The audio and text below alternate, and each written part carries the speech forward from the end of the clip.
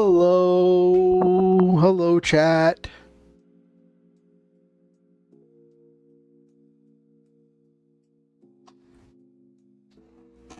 Okay, let me let people know that I'm live.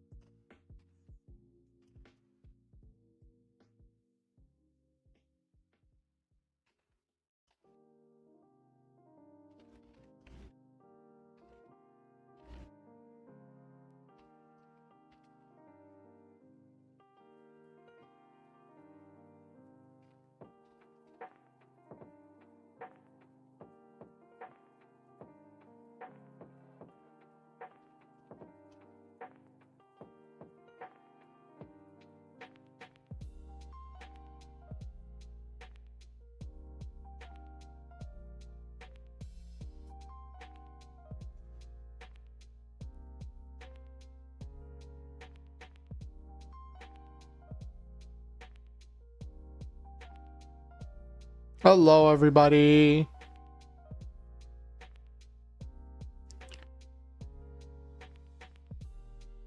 All right.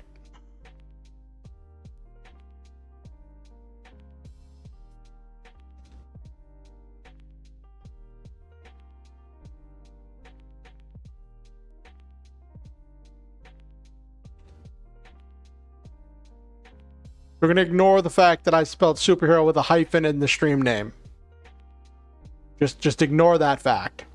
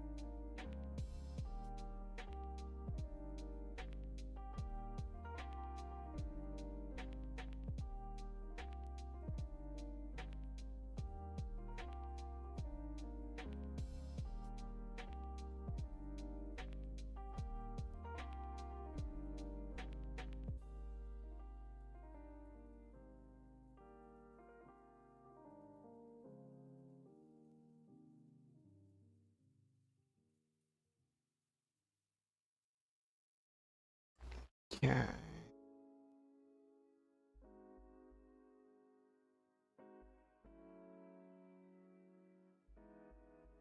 Hey, Kimberly. Hey, Noelman. Good to see you. If you're watching on YouTube, I do ask that you like the stream. If you haven't liked the stream yet, it helps with getting more people in.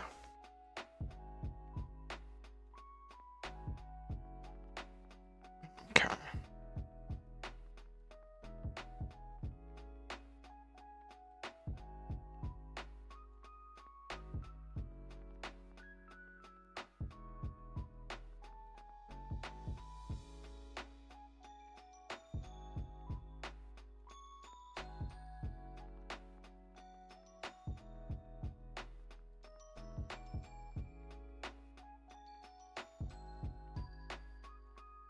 Hey, LeMay, good to see you. Good to see you.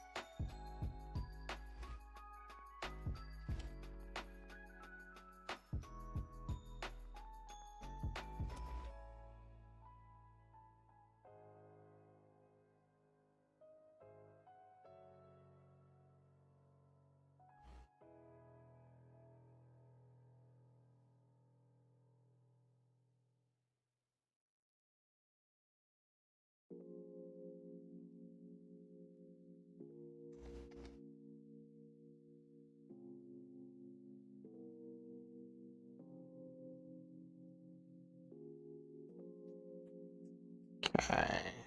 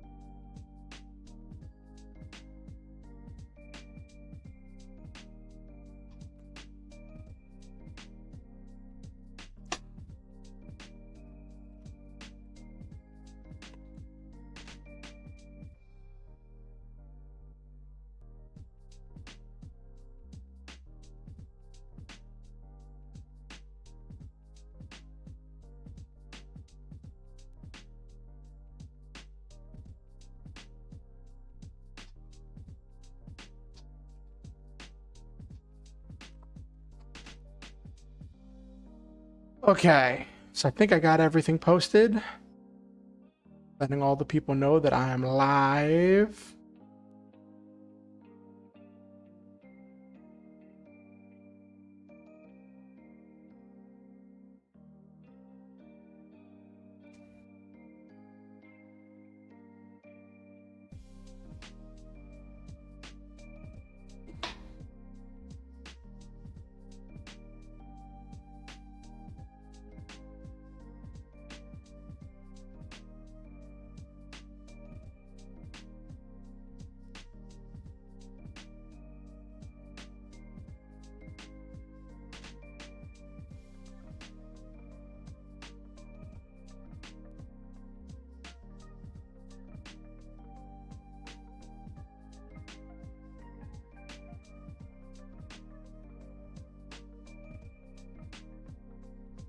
Okay.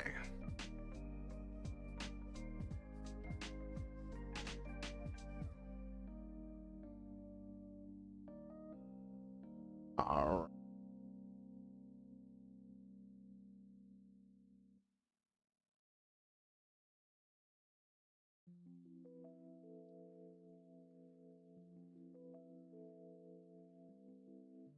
Oh, you just finished your first session, Noel Main? That's cool. Oh, what were you signing a bunch of papers for, Kimberly? Excuse me.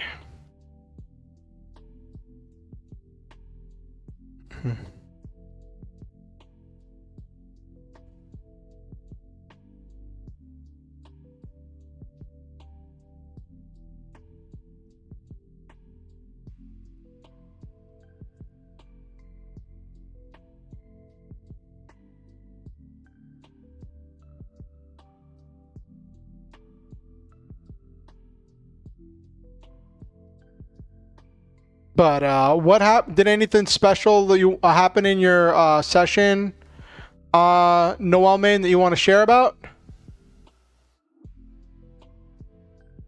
Any special standout moments, Noel Main?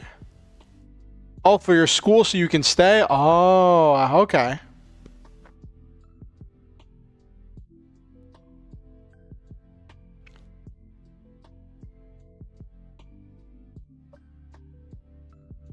Is my model gonna pop in anytime? There it is. Hey, everybody.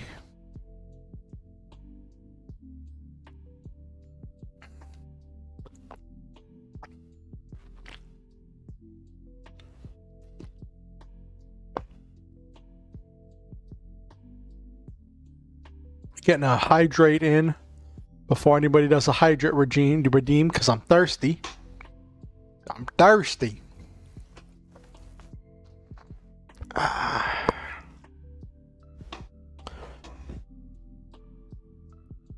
So how was everybody's week? Mine was slow.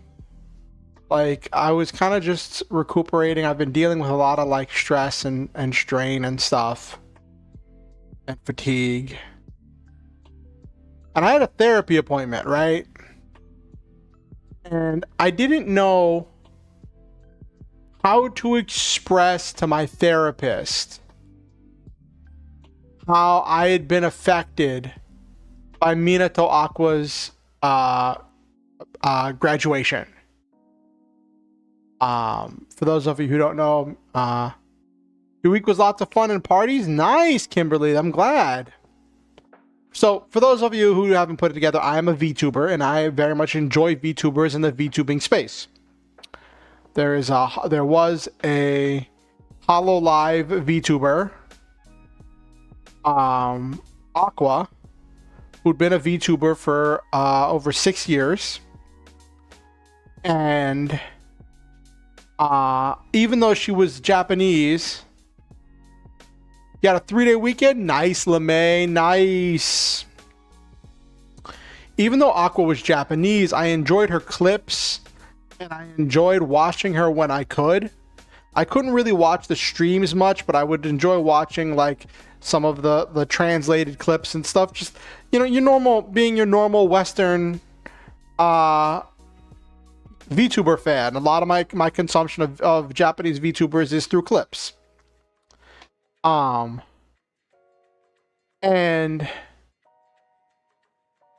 Aqua was always someone I felt a bit of, I don't know if kinship is the right word, connection to, I guess, is probably a better way to put it. Because Aqua was a gamer. Aqua is a gamer, a shut-in, socially awkward, and really shy. And I can resonate with a lot of those feelings. You would see in a lot of her clips when she was interacting with like groups of people, she would always be the quiet one, or she would always get really shy or have trouble getting words out. And that was stuff that I could definitely like feel, right? But she pushed herself. She pushed herself and she tried. And she did competitive gaming in a way that I couldn't really get into. Right, she did the shooting games and the competitive stuff, and she was climbing in ranked games, and she was the gamer maid, and as much as people teased her about like not doing cooking or cleaning or dishes, or she wasn't a regular maid, she was a gamer maid. And all of those jokes. And she talked about wanting to like go out when she was on top. She wanted to retire and graduate when she was at the top of her game, and go out when there was like a lot of people who would remember her, where she could go out like a legend. And she did. I believe her graduation live stream set the record for the most viewership any graduation live streams had. For those of you who don't know, graduation is a term in VTubing that means essentially retirement. It comes from idol culture, where the idols would graduate from being an idol into whatever their adult life was going to have for them.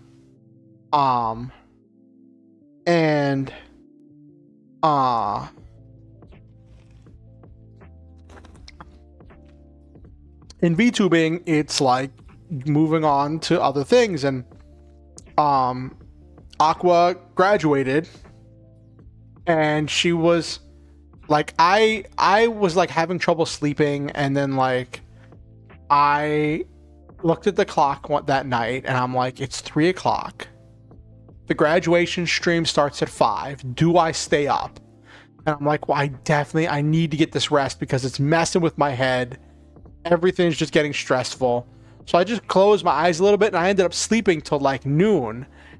The day of the graduation stream, and it was really interesting. I heard the graduation stream got up to like, at one point, Aqua's graduation got up to like 600,000 viewers, all like watching at the same time. And like by the time I woke up around noon, the stream had been done for like 2-ish hours. I think, I can't remember all the exact times, but I remember I looked there and her stream already had 2 million views. And I was like, yeah. And over the next few days after Aqua's stream, clips were trickling in from the stream of people doing the clips and the translations and bringing it all to the rest of us. And it was emotional. Like even when I watched bits of it, when I like skipped through the stream after I woke up and it wasn't translated, it was still a special thing to watch.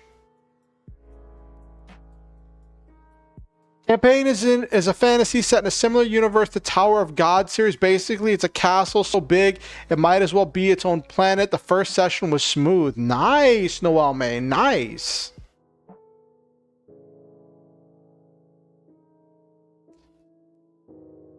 Very, very nice, everybody.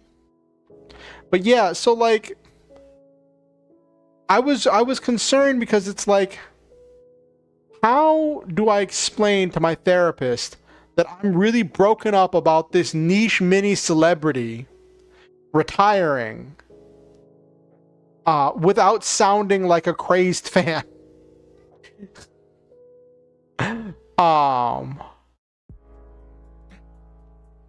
And I just didn't tell my therapist about it.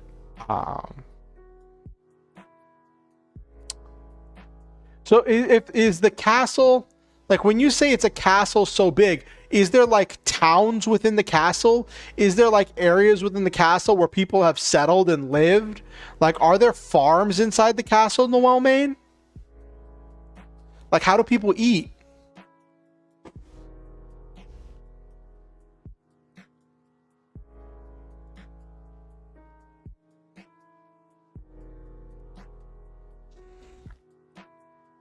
And then, Wednesday, something happened.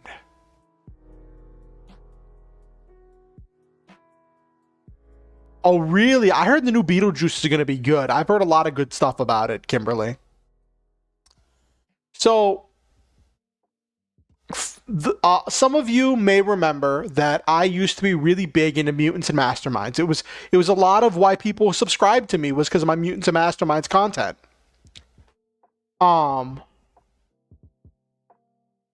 And for those of you who don't know, Mutants and Masterminds is a superhero RPG, superhero TTRPG that has some of the most advanced customization available in any superhero RPG.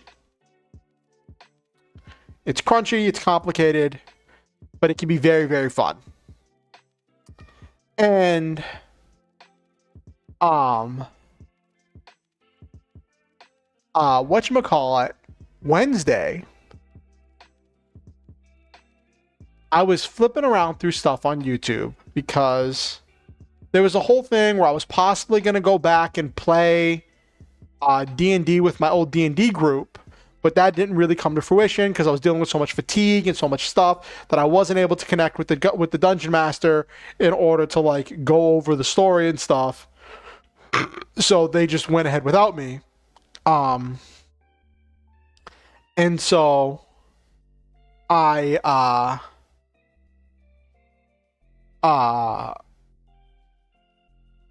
needed something to do Wednesday night. And I was flipping through stuff and I saw there was a stream going on YouTube for this thing called USP Untold Stories Project. And I remember I'd seen content from them in the past and I'm like, I think they do Mutants and Mastermind stuff. Because I remember I'd seen content from them in the past. So I clicked on the stream, and sure enough, it was a Mutants and Mastermind stream. And they were doing a thing where they were fighting their way through this adventure through the multiverse. They'd been visiting different universes. And they were visiting different universes, and this week, for this week's session, they were in Ravnica. They were in the D&D universe. They were fighting Strahd as superheroes, which was funny for this group of superheroes to be fighting D&D monsters. And it was interesting. It was funny. It was great. It reminded me of all the stuff I loved about Mutants and Masterminds. And I started chatting in the chat, right?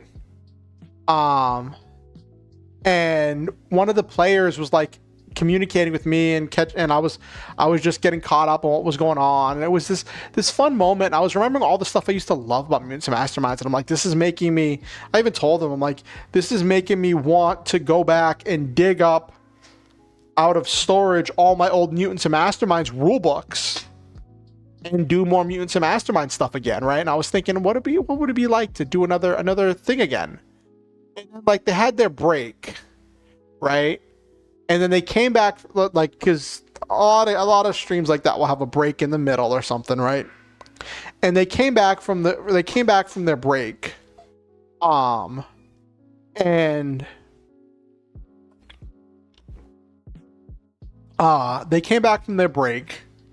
and the game master, his name's Alex something. I don't remember what his last name is, but I've seen him before, and he's been in my streams before. And he said that he checked YouTube on break and he saw that I was there, and he responded to me in the chat. He was like, "You totally should do more Mutants Mastermind stuff. I remember your Mutants Mastermind streams. I really enjoyed them." And then I was like, "Oh, okay. Wow, that was really cool." And I think he's like one of the devs, or like works for Green Ronin, does something for Mutants and Masterminds. And he was like, and he shouted me out. Not like doing a shout out redeem or anything, but like when they came back from the thing, he was like, "Yeah, Oriansenshi is here. He used to do some Mutants Masterminds content, did some world building and character building streams, and they were really great to see more of them." And I don't know if he said, but he was basically insinuating that I should do more of them. And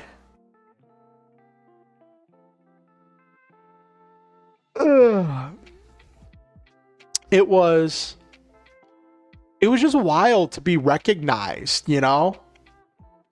So that got me thinking. And then like entire 3 to 4 entire civilizations can occupy a chamber, and there are 142 known chambers, so it's very, very big. Ooh. So like, is a chamber like the size of like a continent or something? Because you're saying 3 or 4 civilizations. So like, is that like the size of a continent or something? But like, instead of having like rivers and like stuff separating the continents, you just have the passageways of the dungeon going from one chamber to the next. Because a world of 142 continents is huge.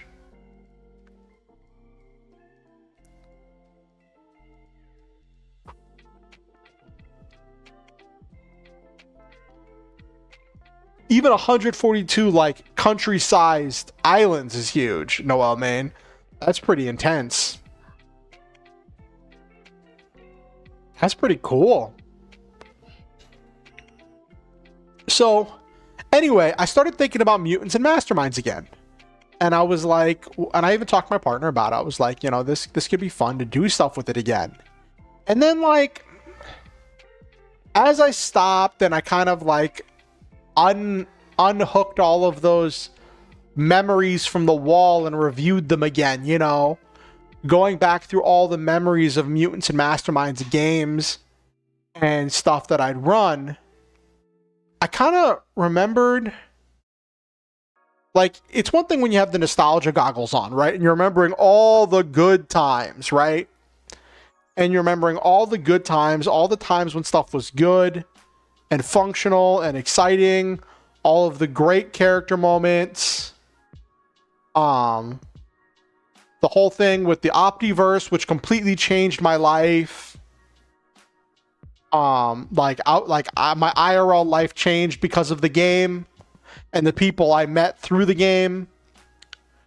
But then I also remembered the parts that were frustrating.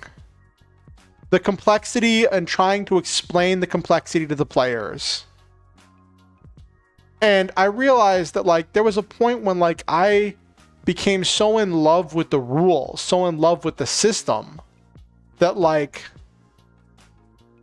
I was tripping over myself. And I think if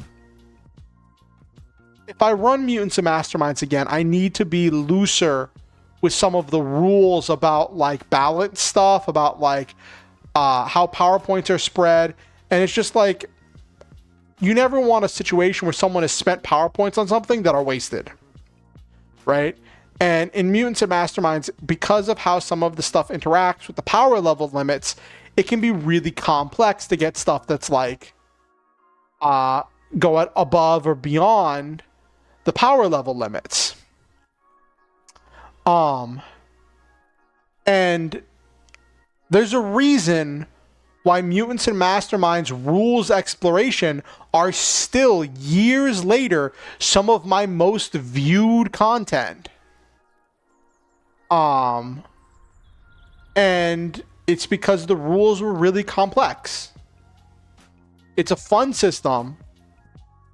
It's great. And so that kind of got me thinking about, like, if I did a superhero thing again, would I do Mutants and Masterminds? Because I have like tons of rule books, right? I would have to dig them out of storage, or like and stuff, and like, so I could do tons of stuff.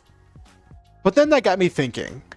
And I was like, well, what about the other games I've covered, right? I've been on this journey of talking about these other game systems, right? And that got me thinking about Prowlers and Paragons Ultimate Edition, which is a much, much newer system. It is a much newer system. It is much simpler. And it doesn't have all of the depth of complexity that Mutants and Masterminds does. It doesn't have all the nuance that Mutants and Masterminds does. But it has a lot more narrative stuff to it, like baked into it in a lot of ways. And the system is a lot easier. Like the whole thing with it, it still has the power level limits, but in a way that's much easier to understand. You don't have the difference between on hit and damage, unless you want it to be, which I think is interesting.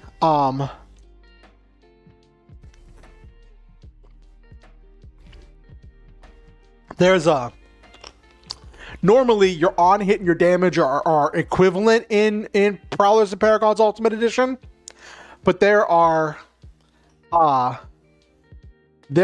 cons or weaknesses that you can add to powers in order to make them essentially like shifted, where they have higher effect but lower accuracy, or higher accuracy and lower effect, but makes the thing cheaper. Like, it very much simplifies the process. And I was like, I think in the interest of kind of like moving forward a little bit, like if I was gonna do a superhero game, I would do Prowlers and Paragons, just because it is very different, but very the same. It has a lot of the same concepts as Mutants and Masterminds. It just does them in a much more streamlined fashion. It can also be a little bit more complicated to deal with, because in Mutants and Masterminds, you still have roll d20, add modifiers compared to DC, right? Which is like very easy for people of the 5e mindset to grasp, right? And very, like, people coming from D&D and more traditional RPGs, like, that's very easy to grasp. You roll d20, you add modifiers compared to DC, and stuff happens. And all you technically need to play Mutants and Masterminds is 1d20. And there's a really great system on Roll20 for making Mutants and Masterminds characters. It's very freeform and easy to put together. And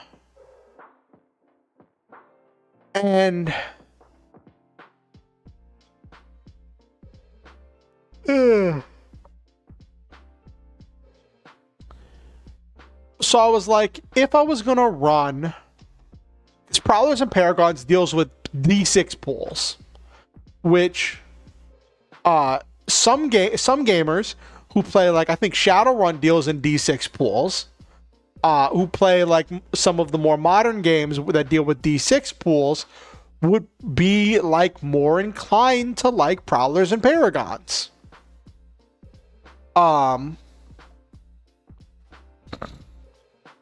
And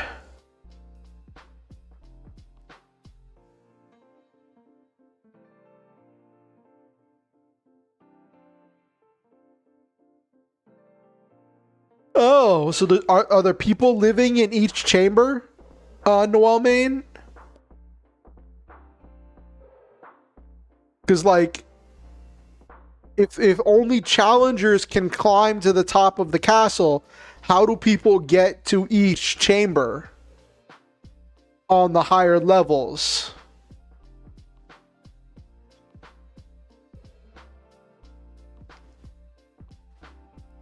Or is it a thing where, like, you're born in a chamber and you never leave that chamber unless you complete the challenges?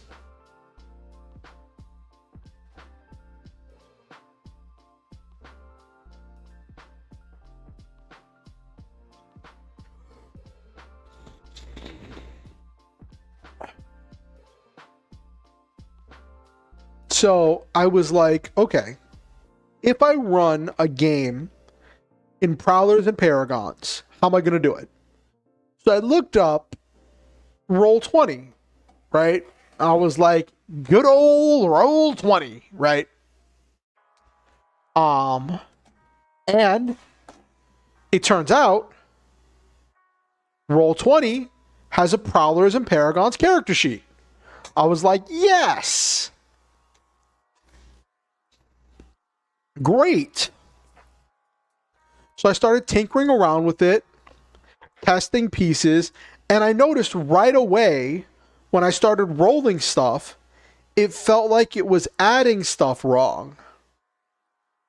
Because normally in Prowlers and Paragons, you roll d6s, evens are successes, and sixes count as 2 successes instead of 1, and odds are essentially 0. So you add up your successes in order to determine whether you beat the threshold, right? So my first time I rolled, right, it was like 4, 2, 3, 6. And I'm like, oh, so that should be 1, 2, 3, 4. But then it told me there was only 3. I'm like, what in the world? Why is this saying there's only 3 successes? So I went back through it. And I ran other tests and it kept doing that. So I Googled it. I was like, Roll20 Prowlers and Paragons Ultimate Edition character sheet messed up.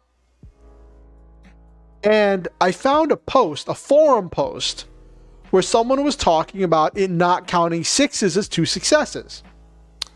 And it was like in one of like the bug things, and someone responded and was like, yeah, I'm the developer and I'm the person who made the character sheet for Roll20. And I'm like, oh.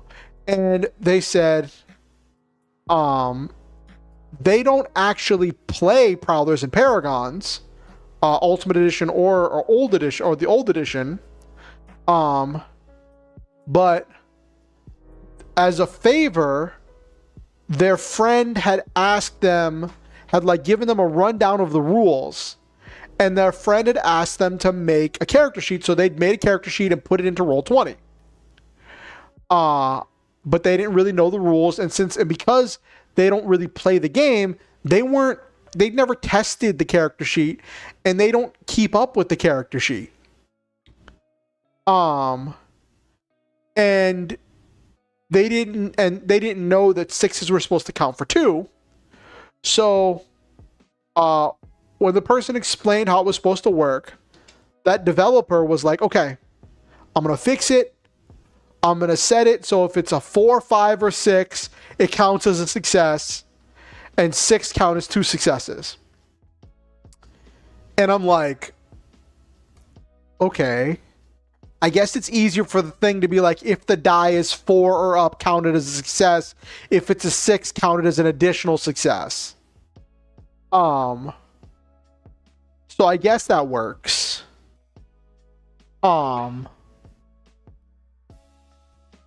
And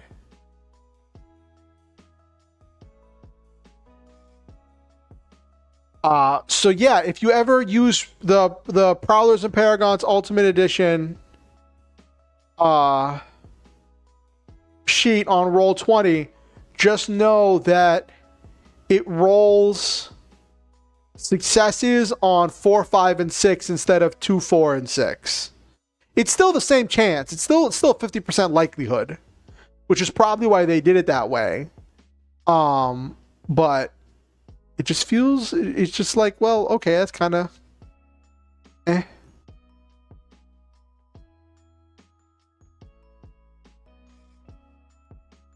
Like, traveling between chambers is possible for common people, but majority of the population stay on their chambers because of the Sea of Senno, which is an extremely dangerous place between chambers. Oh. So there's a sea inside the castle. Okay.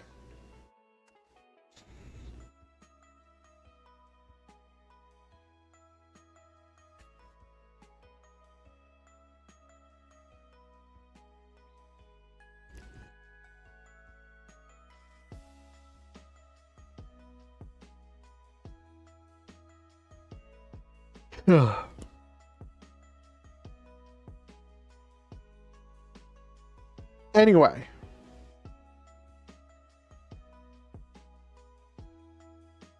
So, hey Nabiru. I was just talking about my week, actually. So I had an interesting thing happen on Wednesday where I went to watch, I happened upon this stream where people were playing Mutants and Masterminds, which is a superhero RPG. And I was interacting with people as they were playing, and the game master recognized me from my old Mutants and Mastermind streams and was like, and gave me a shout out and was like, yeah, your streams were really good. I enjoyed your stuff. You know, it'd be great to see more of it, you know? And I'm like, oh, well. So that got me thinking about if I wanted to do more Mutants and Masterminds content. And I had a thing where like I was like remembering all the good times I had with Mutants and Masterminds, right? But then after a while, I started remembering all the hard times I had with Mutants and Masterminds. And I'm not saying Mutants and Masterminds is a bad system. I think it's a different system than exactly what I was looking for. And also, I was such a stickler for rules. And I was like so in love with the system and trying to follow the rules and being a rules lawyer for myself that like I was being very granular, and that kind of made it very complicated, especially when my players didn't fully understand the rules. I only had a small number of players that fully understand how to build their characters. And there was the craziness of trying to teach Shadowrun players how to play Mutants and Masterminds. So that just got me thinking of if I was going to run a superhero game, I'd probably try, in order to branch out, try something different, I'd probably try Prowlers and Paragons.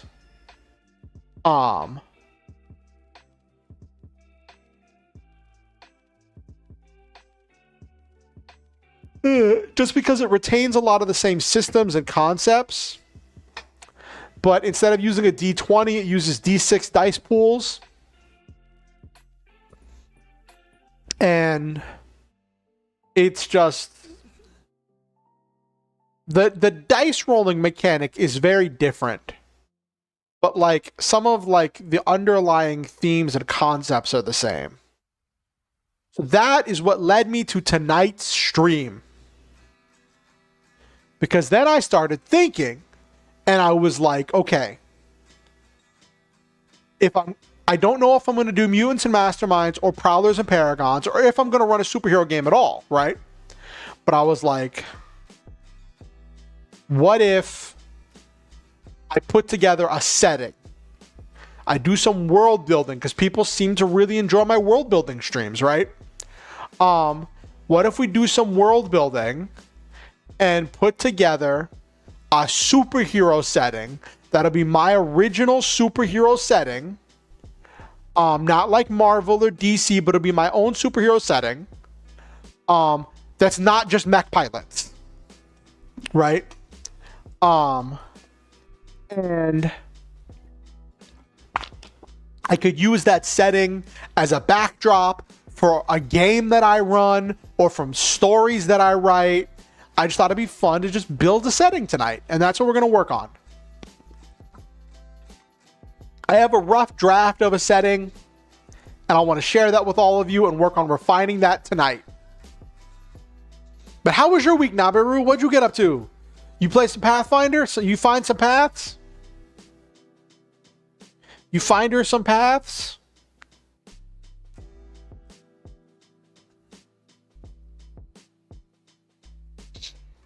All right.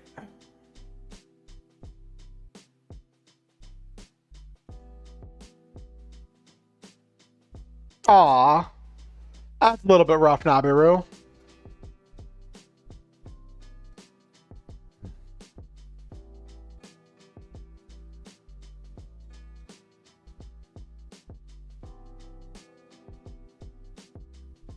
Okay.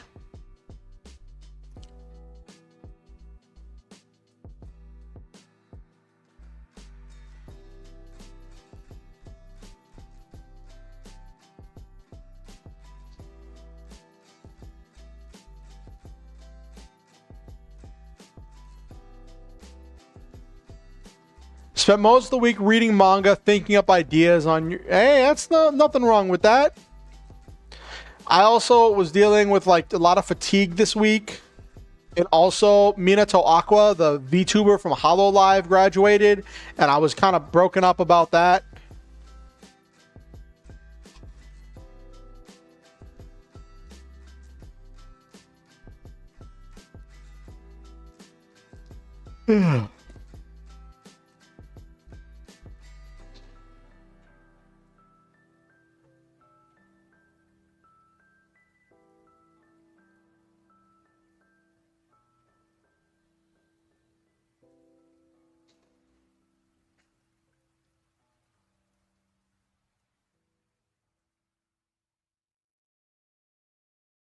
Okay.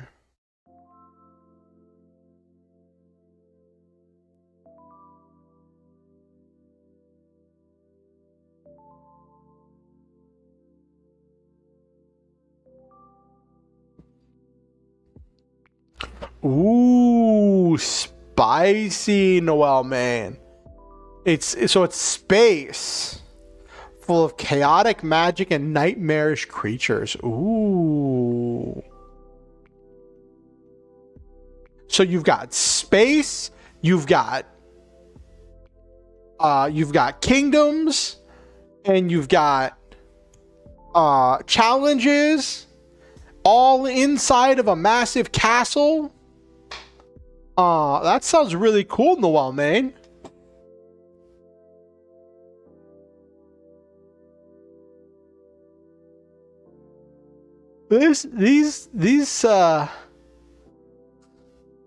These captions are funny.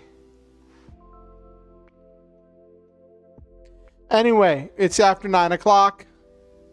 Let's get down to actually doing what the meat and potatoes of the stream was. For those of you who don't know, I like to yap a little bit for like 30 minutes at the start of the stream. And 30 minutes to an hour, and then we get rolling. Rolling, what?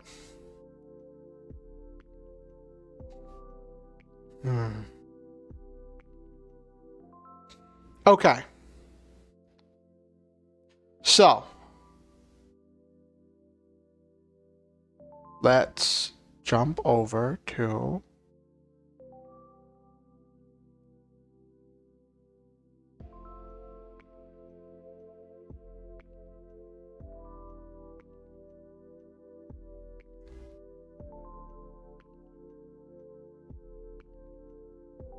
this setting is called Suit Up.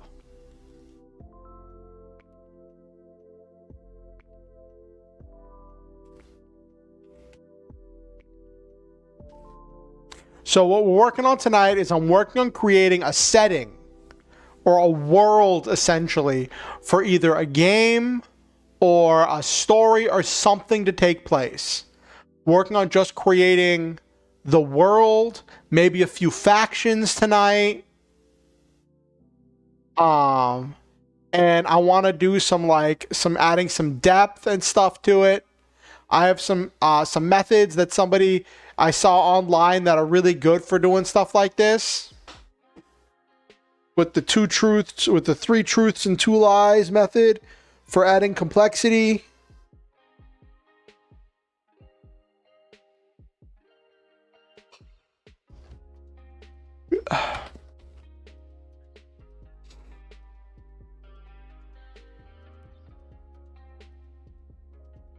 Ooh, a battle royale. That's cool.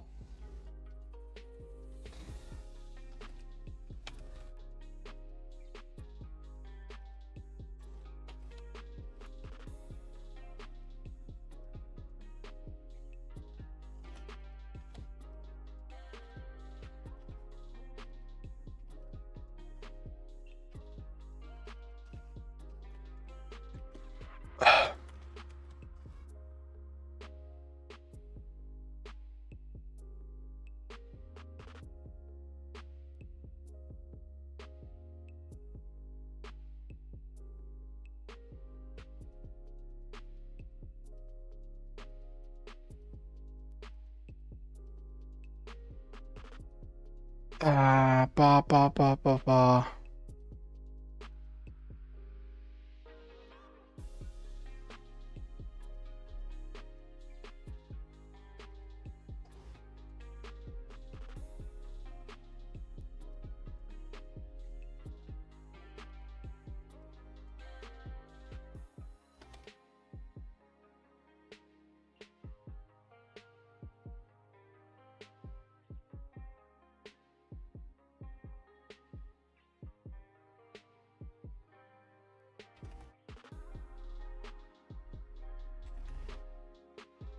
Make it mecha.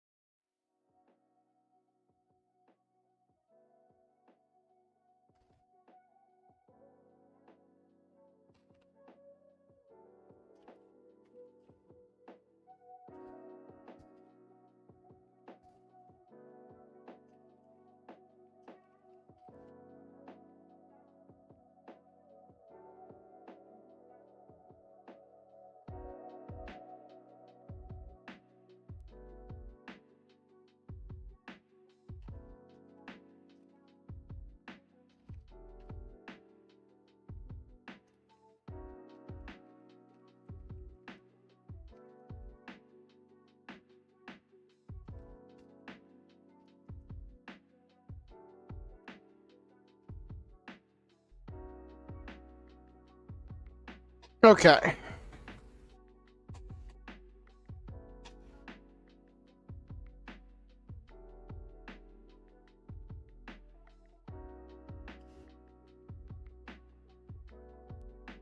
How do you spell intrigue?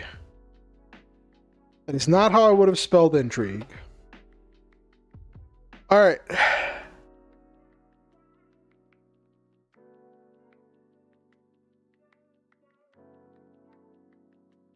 So when you say battle royale, do you mean the players are fighting each other, Noel Main, or like the players are fighting the villagers or fighting other challengers in like a knockdown, drag out, winner take all fight?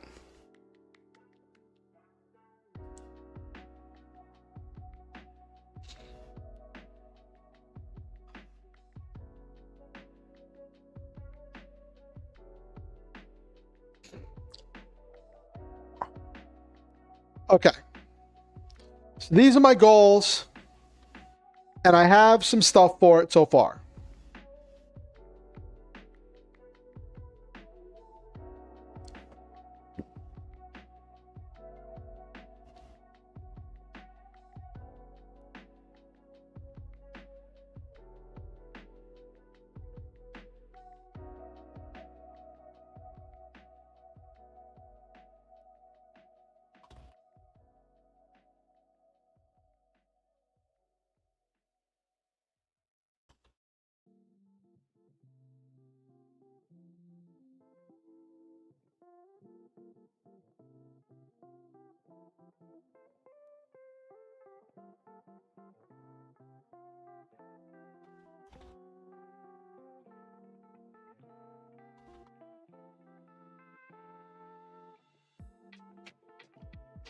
Okay.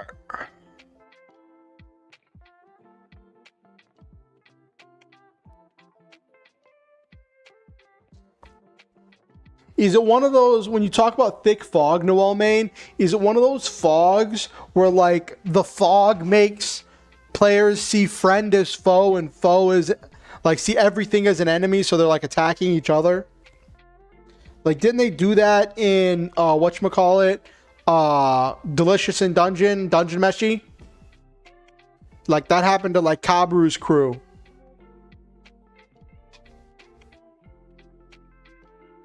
Okay.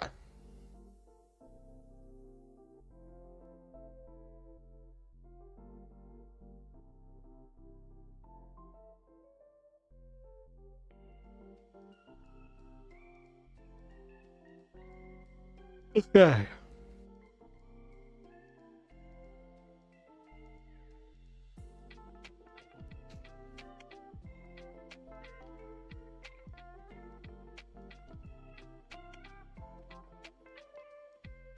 Once the fight was over. Oh, so it's just normal fog, not magic fog. Oh, fog. Okay. No, man. Hello, Gilbertson. That's Country Girl, isn't it?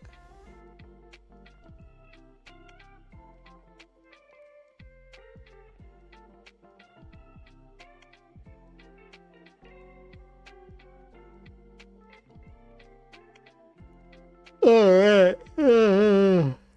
Sorry. I've been really dealing with fatigue recently.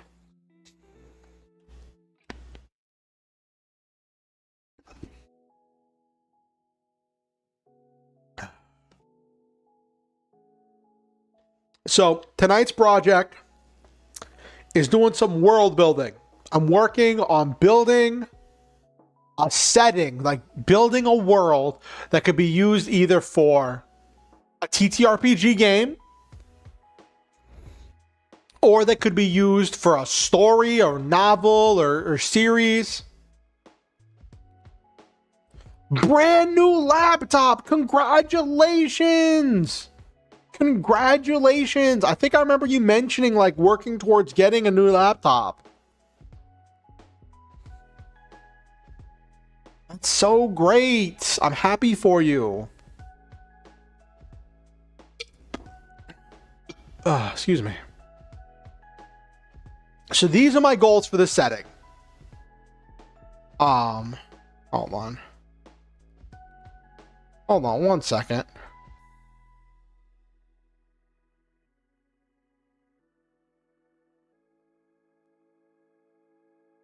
Why was that off center?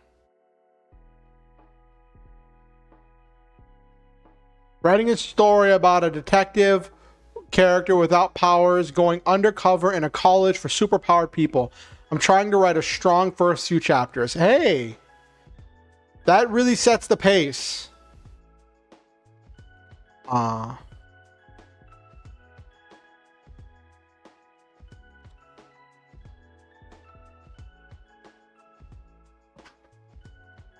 Okay.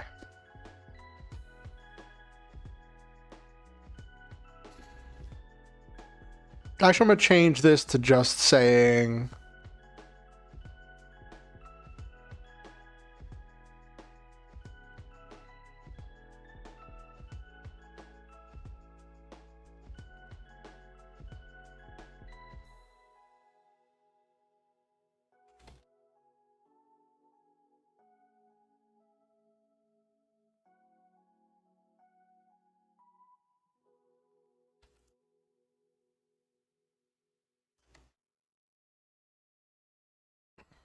Okay.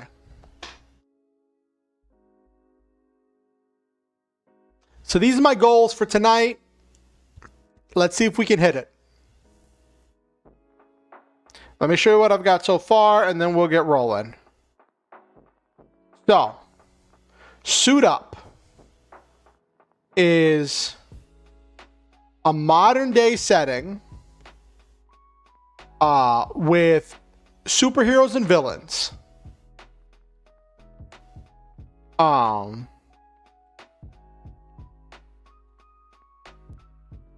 few nights ago, the one that I had informed me of the urgent need for replacement. Oh, geez, that's so rough. Oh, excuse me. So, this is a superhero setting.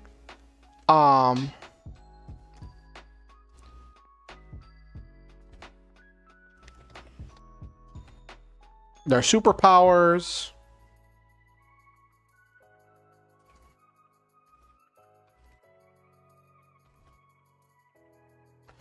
Aliens, super tech,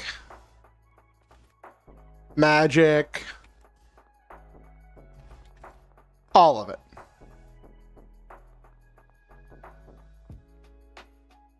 Hey Violet, good to see you. We're just getting rolling. Good to see everybody.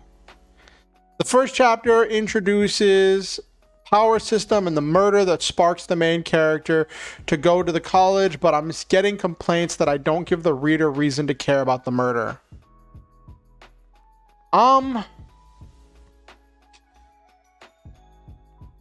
So, that's rough. I've never really written a murder mystery before. Like, you could go the like stereotypical route and say, okay, this person was like real involved in the community on their way to, you know, adopt puppies and rescue stray kittens. But like, I don't know, like, I guess you could do, I mean, LeMay, you could do something where you like have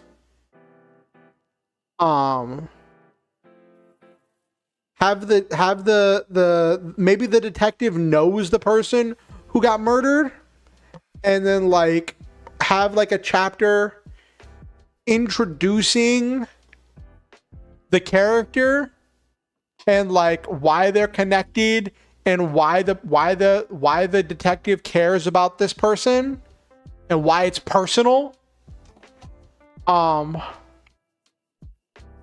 That's hard.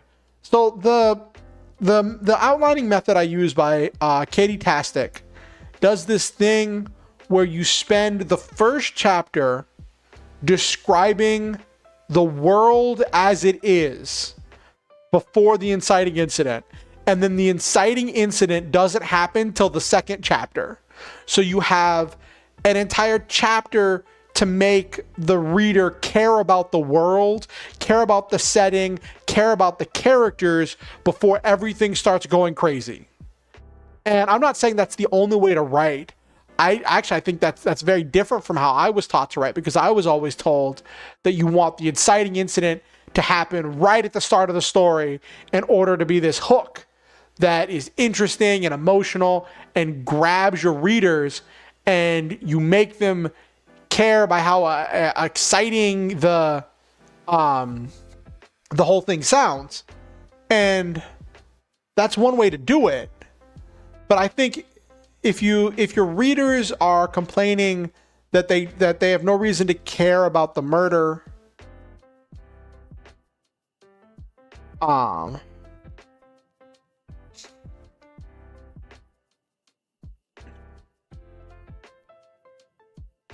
that's another point, Violet. Like, if the beta readers aren't really into mystery, because that's the other side of it as well. Like, your people have to care.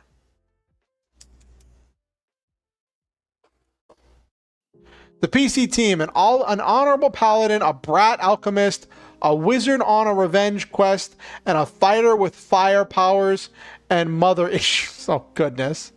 Later, they'll meet with a lass with darkness powers. Okay.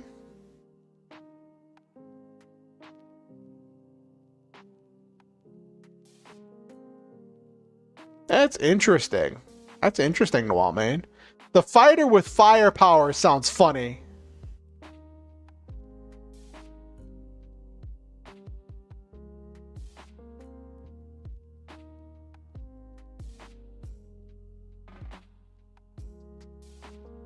Uh-huh. That's definitely a take on it, Nabiru. Some people you'll probably sell on it because of like the mystery of the power system.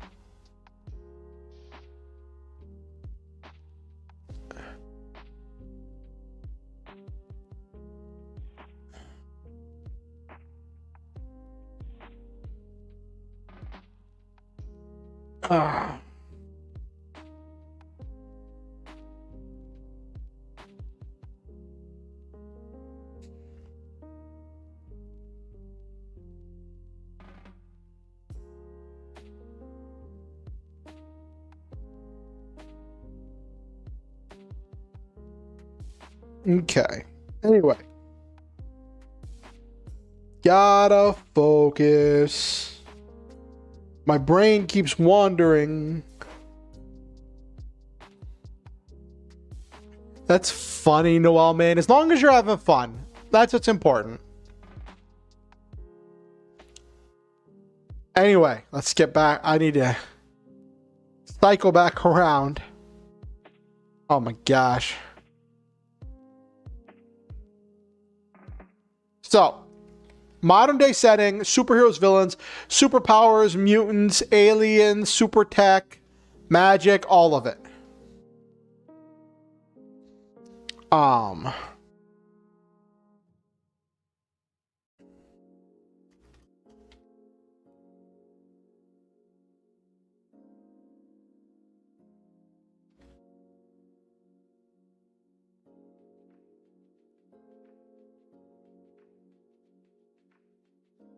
Mm-hmm.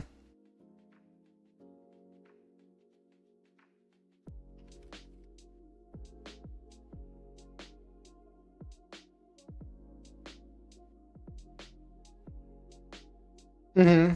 That's interesting, Nabiru.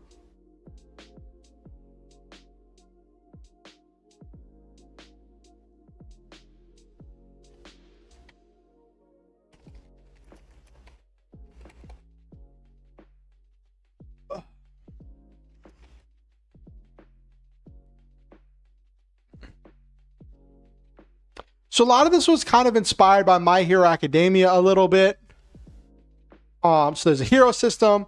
Heroes get registered, work alongside the police to stop villains.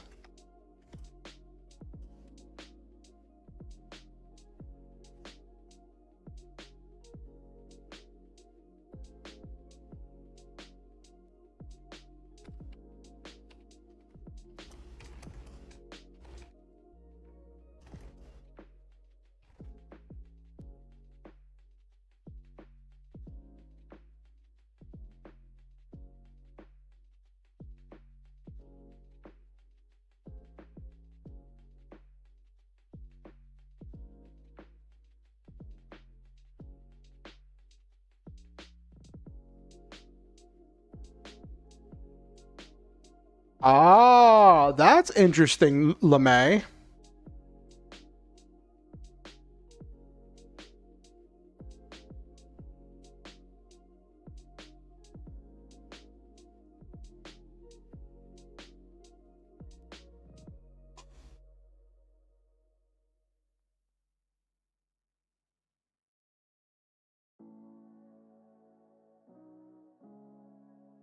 Well, I don't think it's about being over the top as much as like people. I've seen people where people like it that like there were clues like there's the reason why it's a mystery is because even in that world of like power and superpowers and all of that stuff, there's something about the murder that doesn't add up. Like it's kind of like if there was a thing where like Doctor Who style where the sonic screwdriver doesn't work on wood, right? And everybody's got sonic screwdrivers, but the person was killed by a wooden thing, right? And it's like, how would someone use sonic to make a wood do things? and then like you pepper in little clues, and then by the end you reveal this neat twist about how the villain was able to make the sonic work on the wood, or maybe they used something different in order to make the wood do what they want.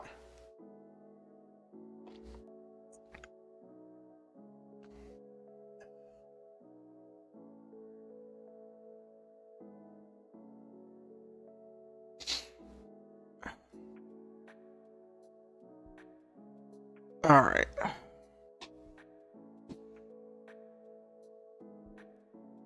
So,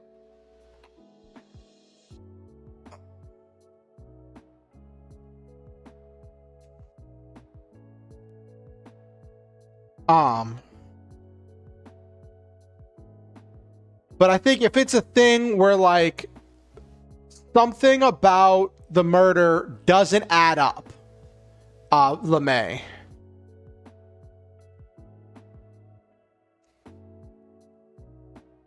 Ah.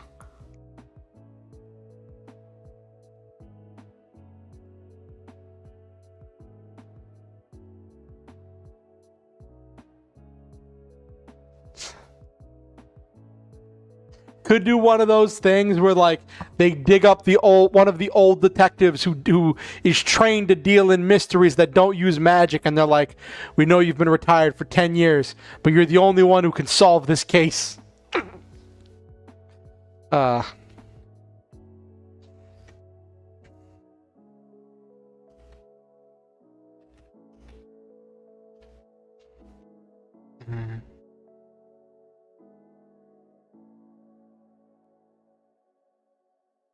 Yeah, that's also another thing, Nabiru. If you don't enjoy what you're writing, like, I feel like that's going to come through in your writing.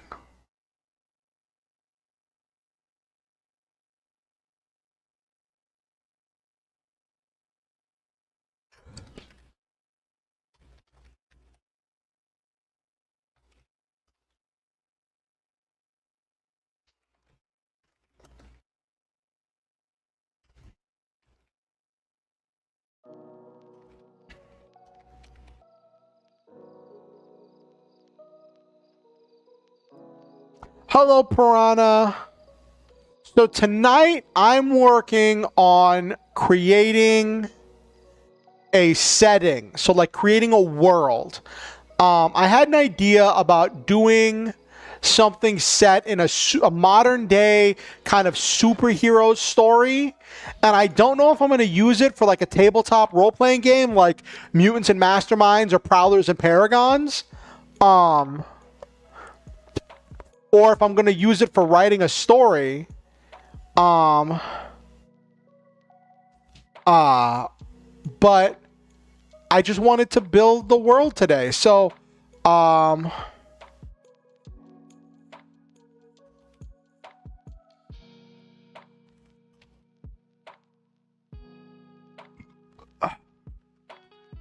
so basically this, I don't know if it would be a comic book. I have no idea about how to write for a comic book. I would do like I'm probably gonna make comic references. Piranha.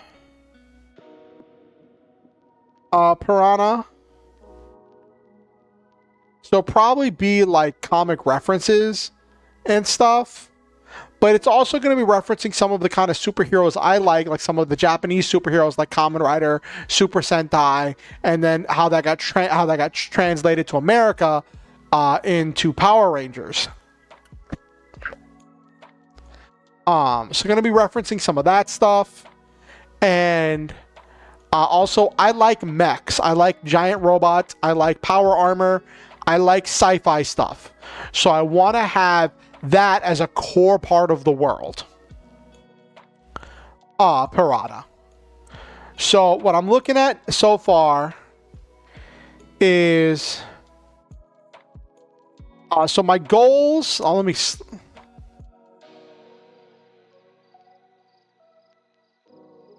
I mean, if you look, I'm sure you can find something. So here's my goals. If I'm doing this for like a tabletop role-playing game, I want to ensure player freedom. Make sure that all kinds of characters can be built in this setting.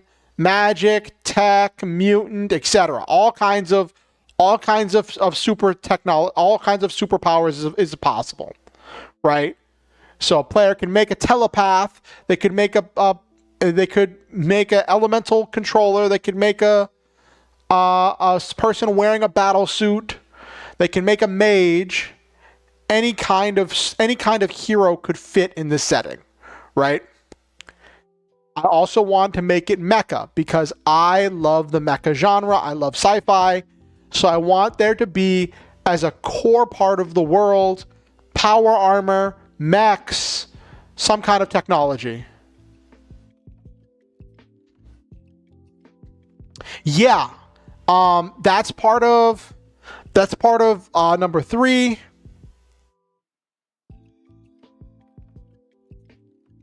Hey, no problem, LeMay. We're always glad to give input. I want these streams to be a place where people can come and share ideas and talk about what they're working on. I'm a big fan of parallel play where we're all working on our own stuff together, right? I'm a big fan of that. So I want there to be power armor, and I want there to be depth. I want there's more to the world than meets the eye. I want there to be secrets, intrigue, politics, all of that kind of stuff. And I want there to be tokusatsu references. Speculative evolution, that could be a thing. I want there to be references to things like Power Rangers, Super Sentai, Kamen Rider. I want that to be a thing that's part of it as well.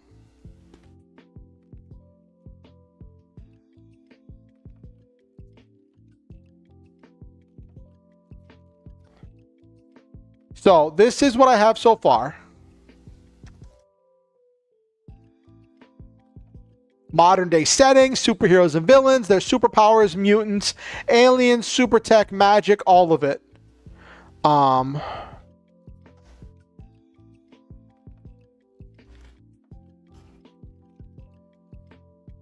There are gods and demons.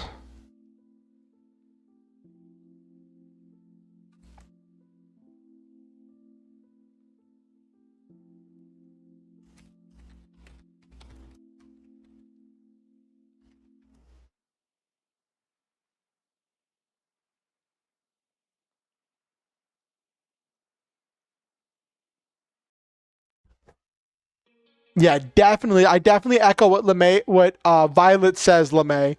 Be sure to share what you're working on. I'd love to hear from it.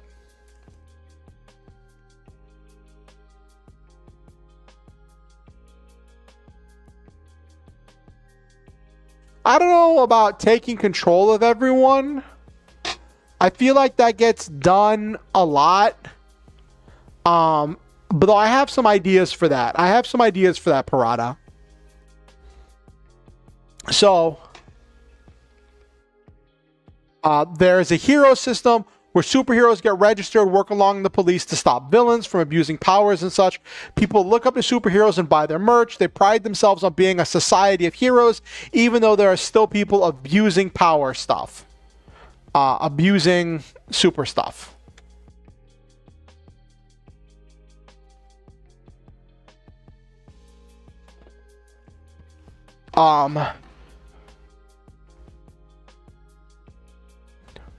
So that is the base setting, right? Of creating the setting of why there's so many different types of people.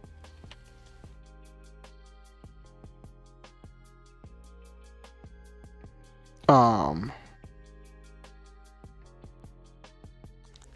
then we get to adding the mech stuff, right? Because I like mechs, I like power armor, giant robots, all that stuff.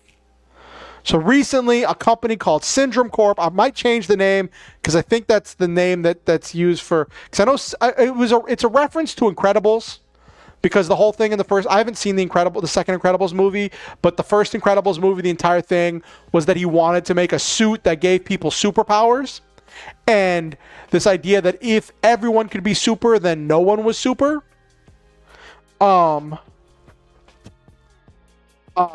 And so basically, a company called Syndrome Corp developed a super suit that enhances strength, durability, and speed. They sell it to the public, marketing it as a form of self-defense for mundane people in a superpowered world. It can be collapsed into a belt buckle when not in use. That's one of the Toku references of like the buckle and the driver and the henshin sequence. So it's a super suit that enhances strength, durability, speed. So like you can leap long distances, you're really strong, and you're really durable.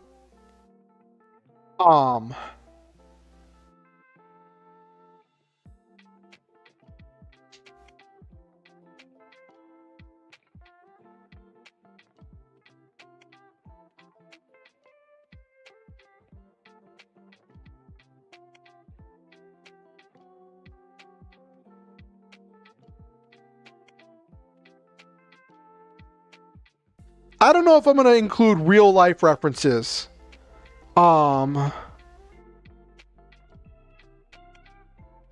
don't know how I feel about doing real life references. I might do some like lamp shading a little bit where I make like sideways references, but I don't think I'm going to like name drop anybody.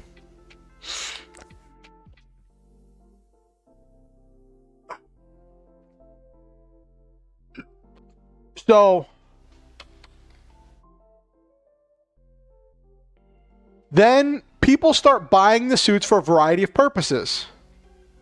The military and government demand better suits for themselves, so new weapons are made, but a lot of the weapons start finding their way onto the black market, and superheroes have to start stepping up to deal with now more powerful henchmen and more deadly foes. Suits have limited use for people with superpowers. So if you already have superpowers, the suit's not going to do a whole lot for you, but it means that like the average person can now keep up with like a low superpowered character, right? Which adds to the threat of these lowly minions that can now swarm in numbers. This thing that you can buy over the counter, makes people superhumanly strong, able to lift like a ton. And like leap 500 feet in a single bound.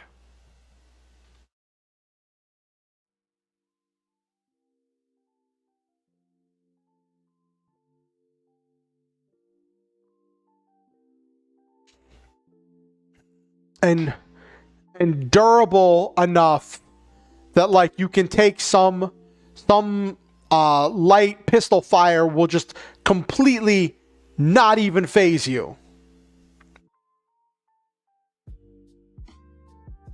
Right? And then there's going to be escalation.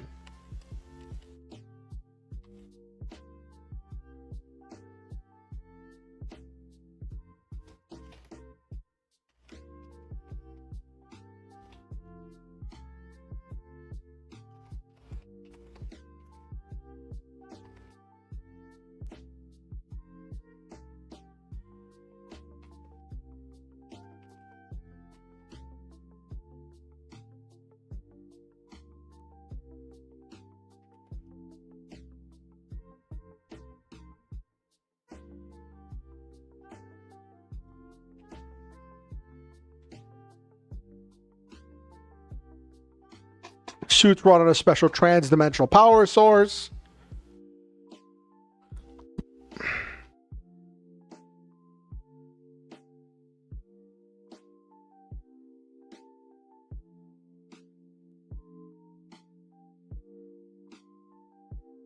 On the Smiling Friends, where is Zach? I have no idea what you're referring to, Piranha.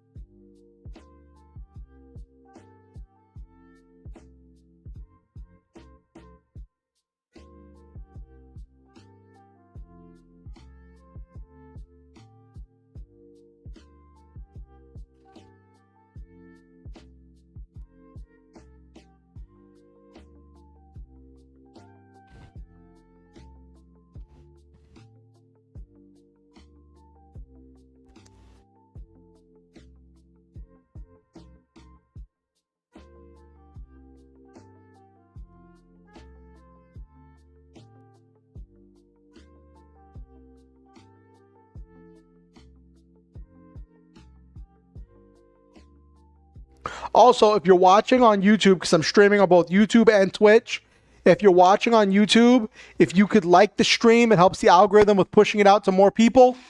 And if you haven't liked the stream yet, please do.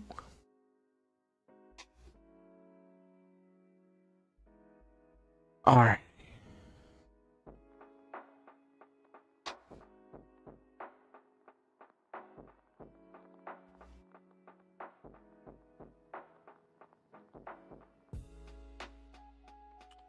I will be right back. I need to use the restroom. I'll be right back, everybody. Don't touch that dial, okay?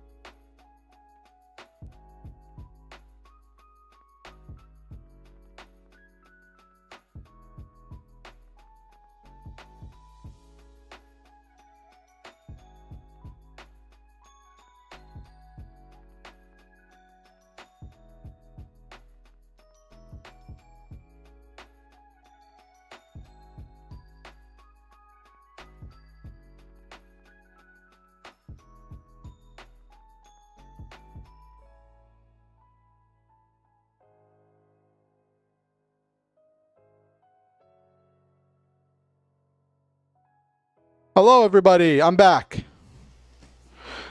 I'm back. Is everybody back?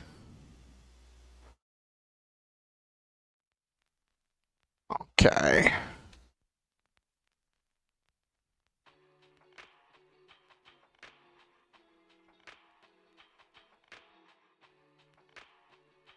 Hello, LeMay. Thank you, Violet.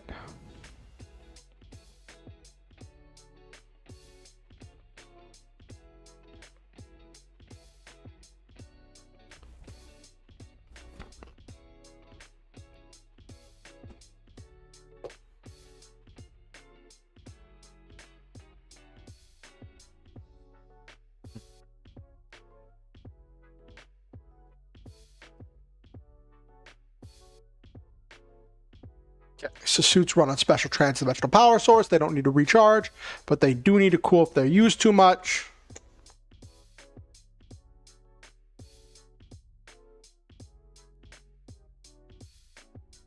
What should I call? I was going to go for Syndrome Corp as a reference to The Incredibles, but I think that might be too on the nose.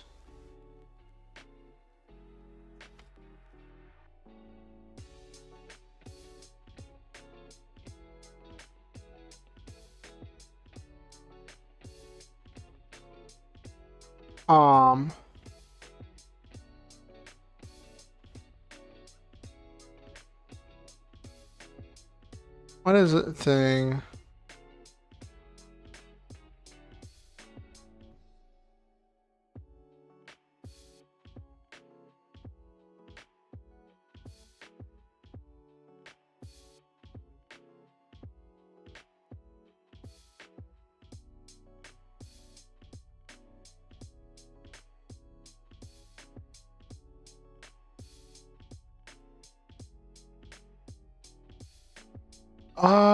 Because Syndrome was the name of the bad guy.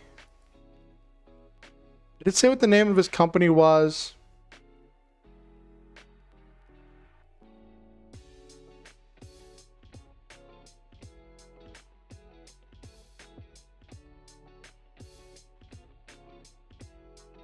Okay. Did it say what the name of the company was?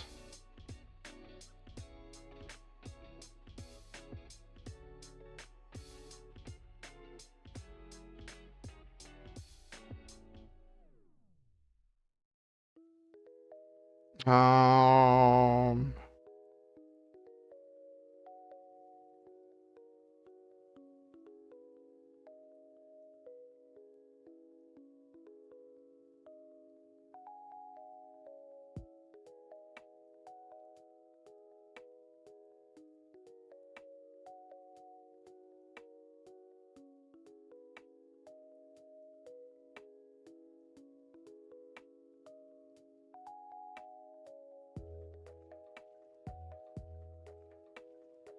Okay.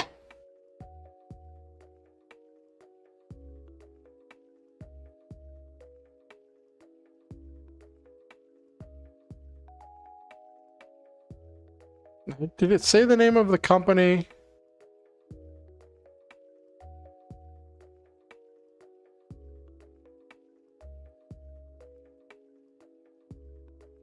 Do.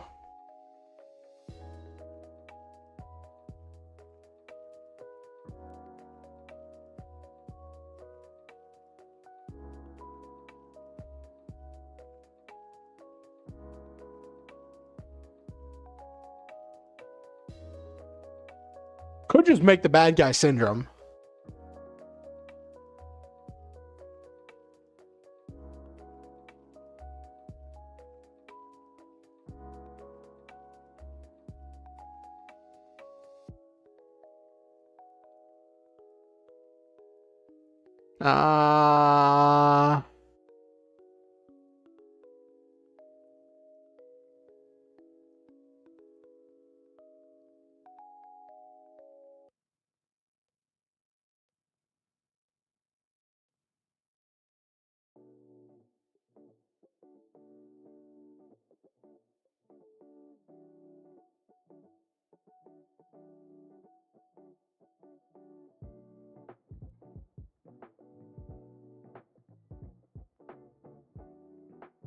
Da-da-da-da.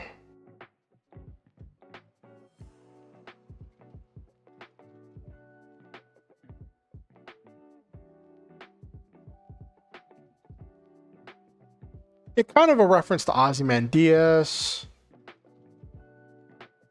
Um.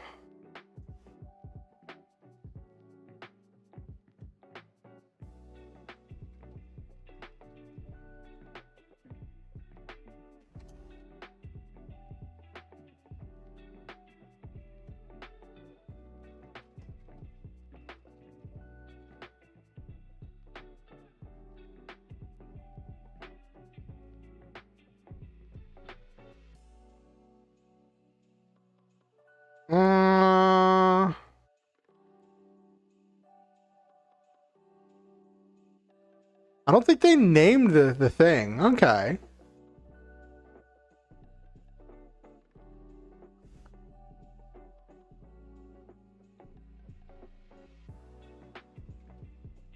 Okay. All right. I just did some quick research.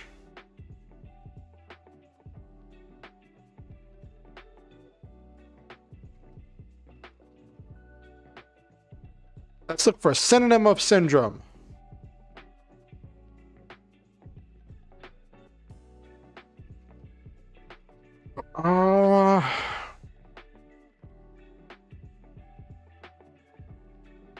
Malady. That could be a thing.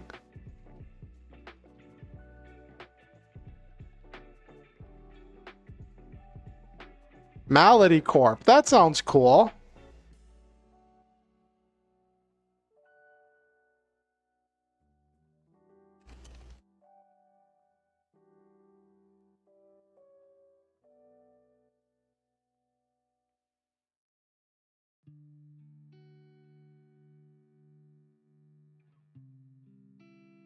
Yeah, Malady Corp.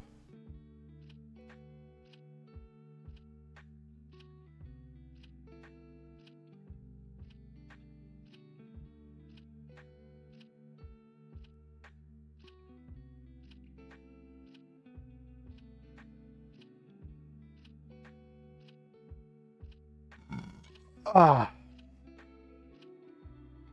can work that into their marketing.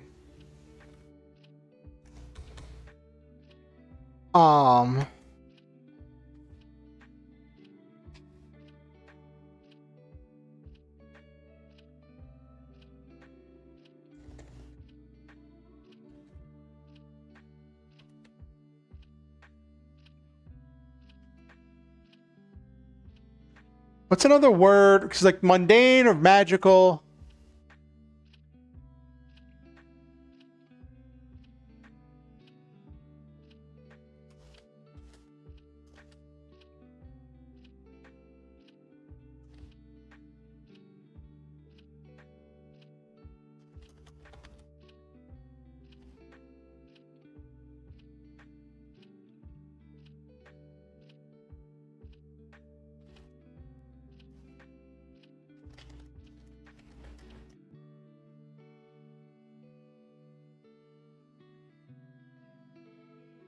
Being normal in a superpowered world is a malady, and we have the cure.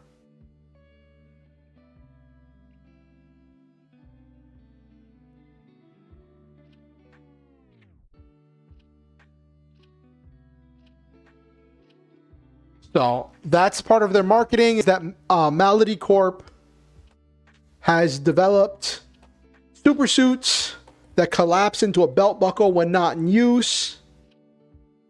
And they market them.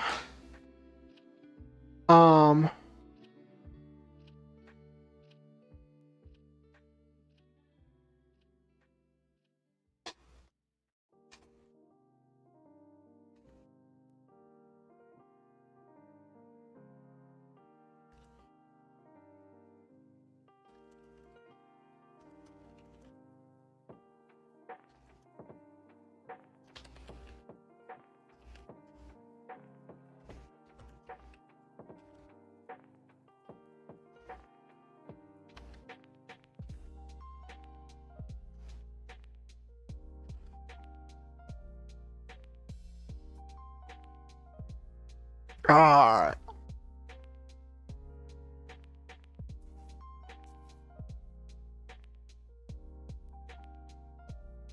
Could do a thing.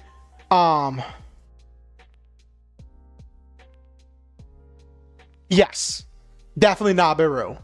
Like fully inspired by Syndrome. Fully inspired by Syndrome, Nabiru. Completely.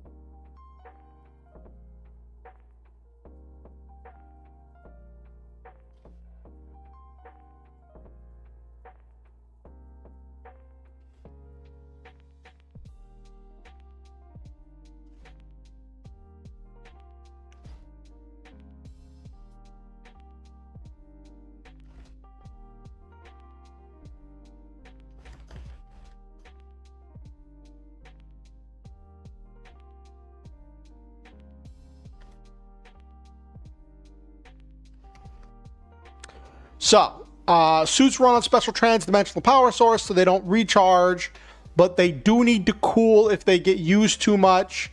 Civilian suits have heavy restrictions on them to keep them from being too dangerous for the general public, but military versions have those limiters removed. Police have limited access to this tech for fear of escalation and increased collateral damage. Police become even more reliant on heroes for everyday work.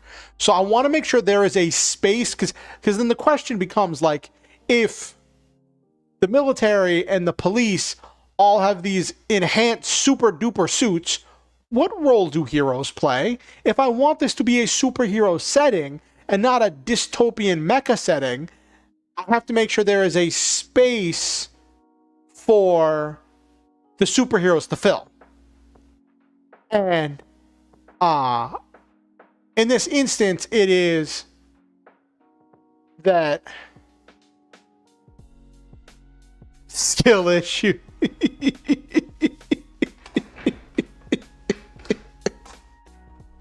uh,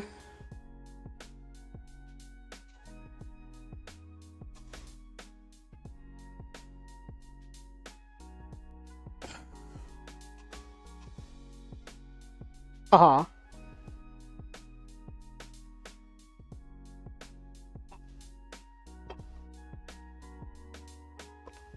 Okay.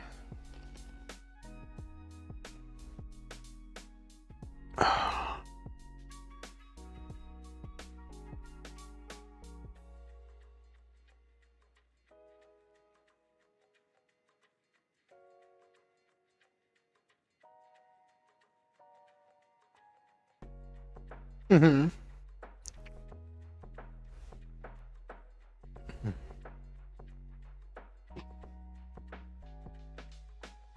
About having the training. Yeah, but like if the cops fill that role, then what space is there for superheroes? Like if the cops fill that role, and I was thinking it might be a thing where like it could be a budgeting thing too. It could be a thing where because the government wants to cut funding and save money where it can.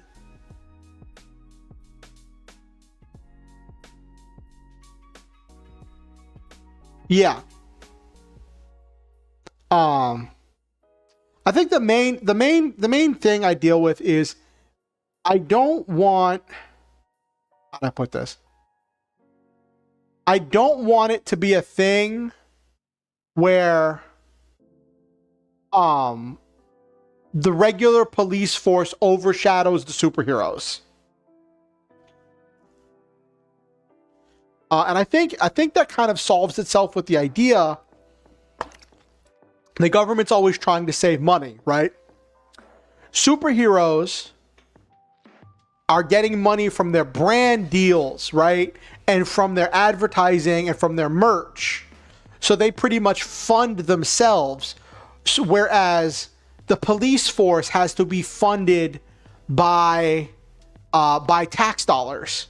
So it is easier it is cheaper for the local police to coordinate with superheroes and make sure the superheroes are properly trained and equipped than it is for them to field their own teams.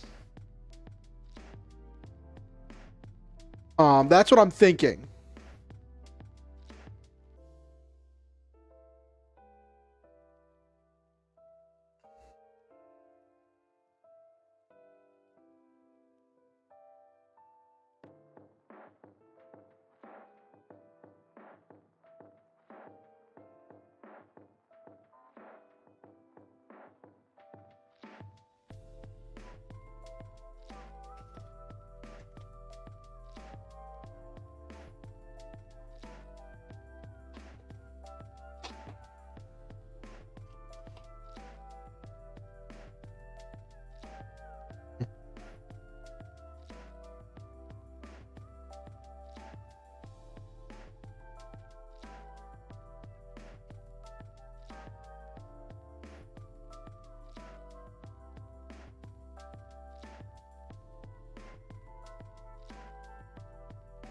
Police have special response teams with military-grade hardware, but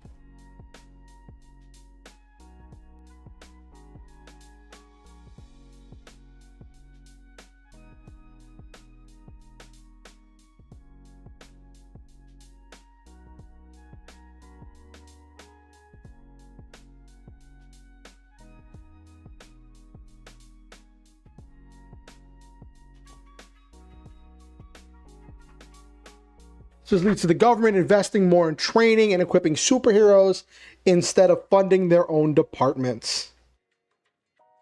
Yes.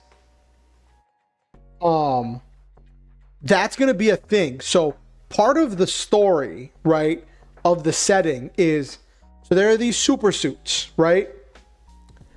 And they're being sold to the general public. But the one that goes to the general public and the ones that are being sold to the military are two separate animals, right? The ones being sold to the general public have a simple weapon and are primarily designed for self-defense, right? The ones being sold to the military are destructive, can cause massive property damage, and are just very powerful.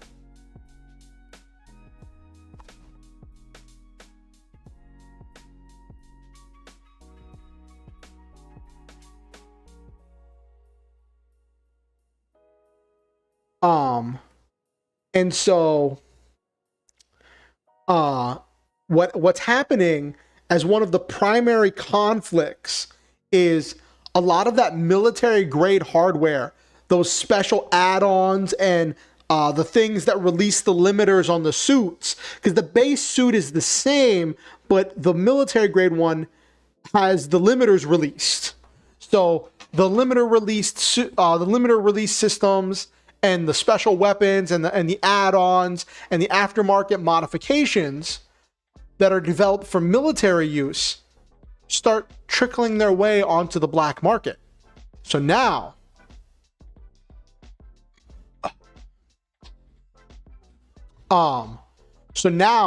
there are, if the villain has enough money, they can get a super powered squad of their own, right? They can get a super powered squad of their own, equipped and ready to fight. And part of, I think, what would be like the first adventure type thing would be figuring out who is leaking and all like these parts, these restricted military grade parts to the black market, right? Who is funneling that stuff to the black market? And I think that would be part of like the first arc of the story would be dealing with people having this military grade hardware and trying to track down where it's coming from.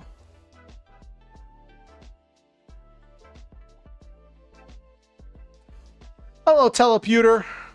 I hope you're having fun. I don't know how you found me, but I hope you're having a good time.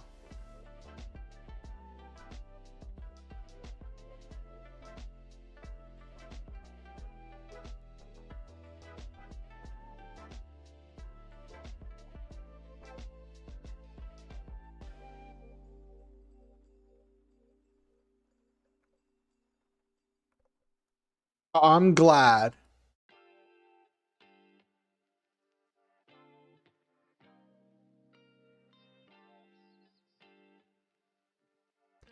Because my internet is cruddy and I just default to the lowest setting. My internet can be cruddy. I know I could probably get away with increasing the quality of the stream, but I don't do a lot of high graphical stuff. Most of my stuff is like writing or TTRPG streams. So like, I'm not doing, like, you don't need to see every blade of grass on my streams. I don't do a whole lot of gaming on my streams. And when I do, they're normally like RPGs that are focused more on story.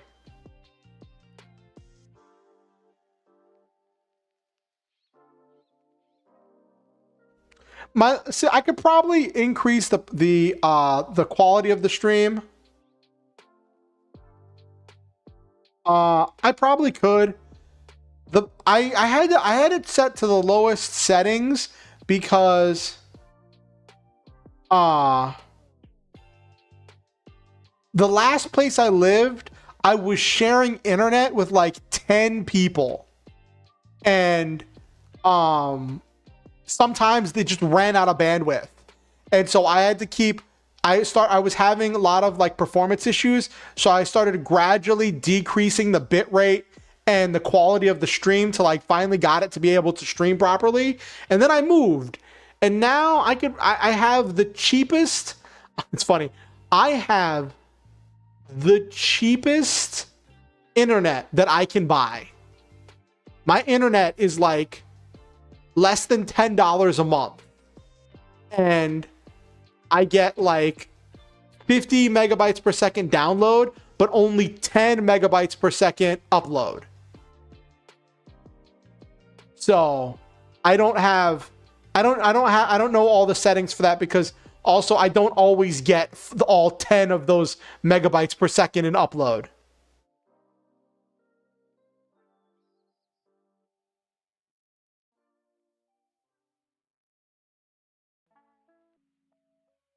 Like I'm usually somewhere around like 7 to 8.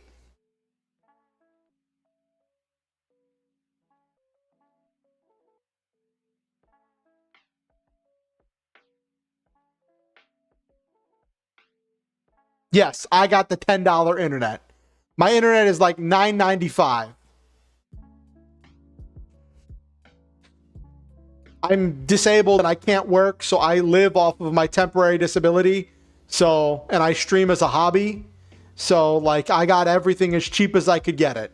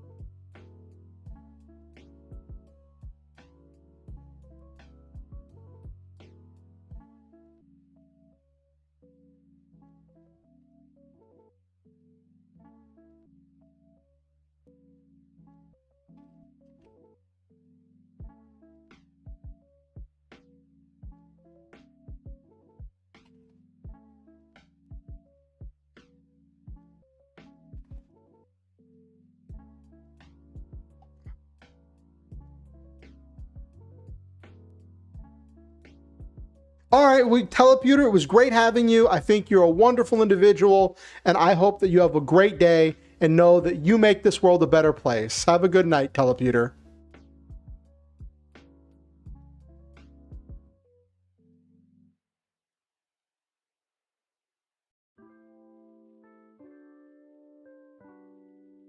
Okay.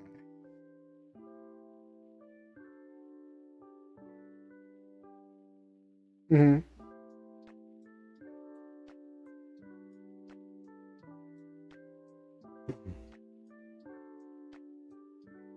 Okay.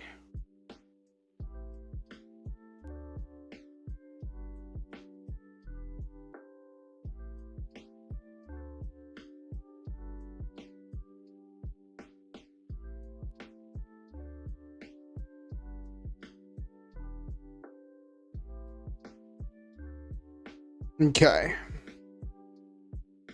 Okay.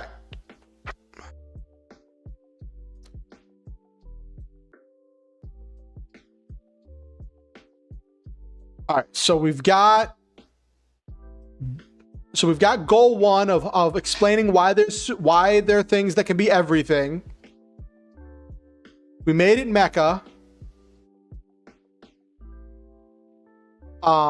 Added Toku references with the belts. Now I gotta add depth. Gotta add depth to the world. Let me put all this into my document.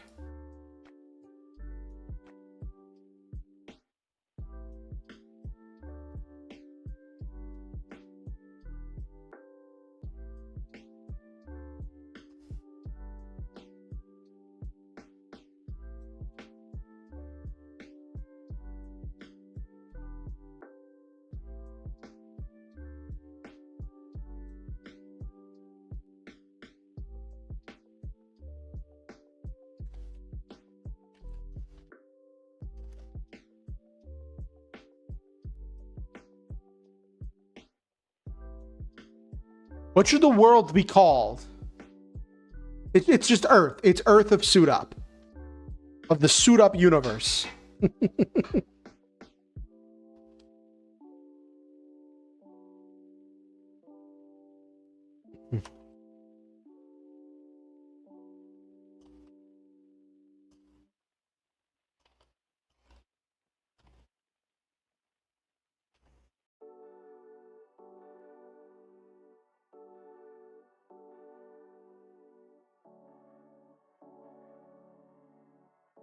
Yeah.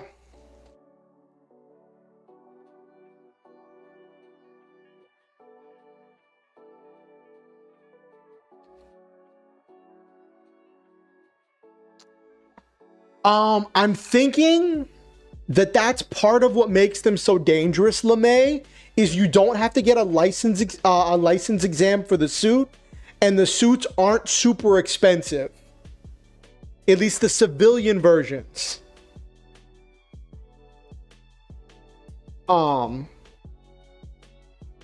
That the civilian versions are like very cheap, or maybe not cheap, but they have like payment plans, and it's a thing where like people can buy one, and it's a thing like kind of like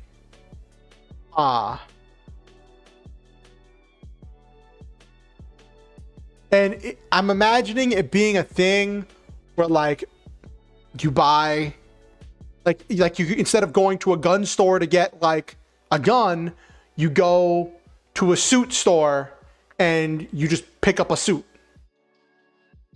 But they don't have like all of the like the waiting periods and the regulations because they're deemed as a defensive technology. I'm imagining it being a thing where like in their world, that could be a thing. Renting and subscriptions.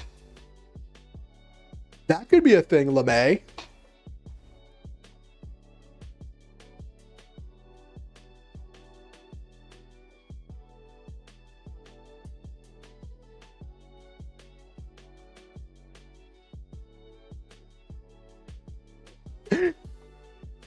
Maybe it's like a printer where like with all these modern printers where you buy the printer, air quotes, but like you have to sign up for their subscription service in order to get the ink to run the printer.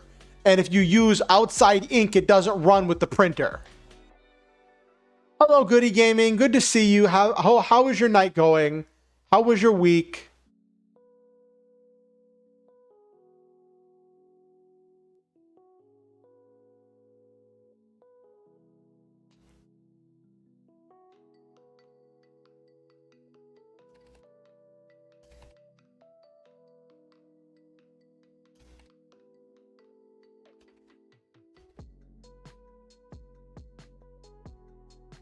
I'm doing all right. I had a bit of a slow week.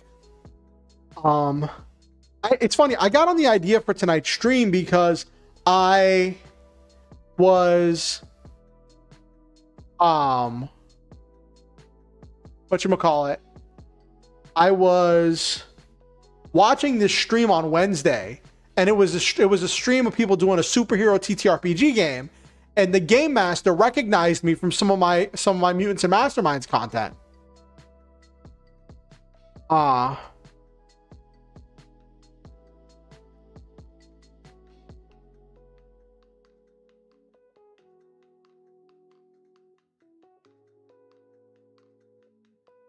And so it just got me thinking about doing a superhero setting for like a superhero game or something.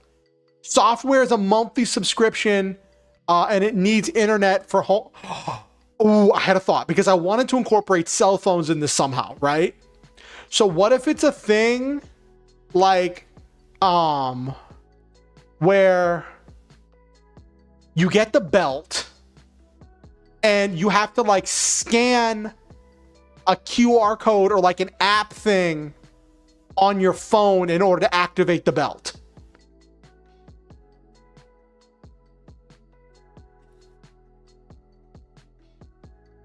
And then in order to get the code, in order to have the phone app, in order to interface with the belt, you need to pay a monthly subscription.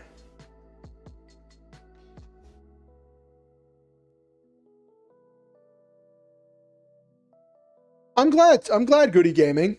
The idea here is making a superhero setting that I could use for either a TTRPG game or for a story that I might write in the future.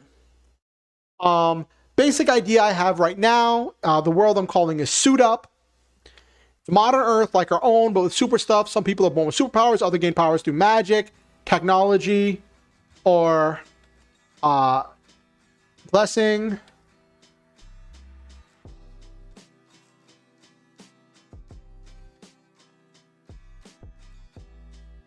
Or mutation.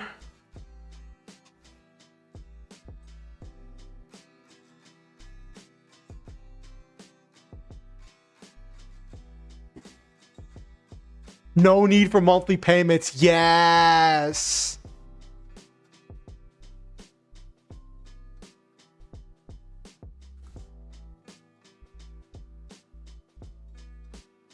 Could do a thing where like, if I wanted to go full dystopia with it, full like subscription level dystopia, be a thing with microtransactions. Chat.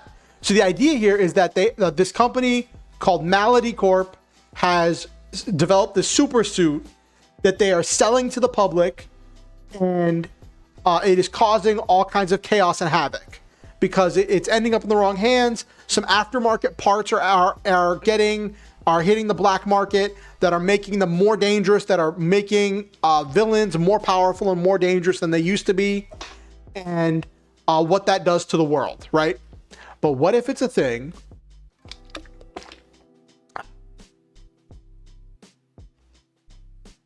Yes. What if it's a thing where there are multiple tiers of subscription, right?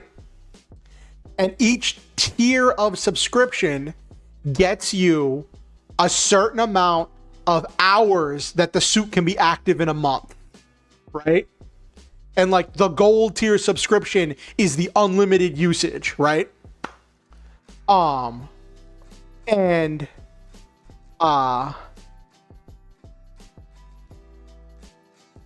there's, but if you go over, you can, or if you have one of the lower tiers and there's an emergency, you can activate the emergency setting, which allows you to transform whether you have any credits left or not, but it sends you into debt.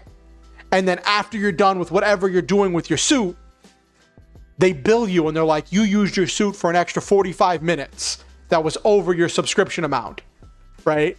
So here is an extra like $100 that you owe us or something, right?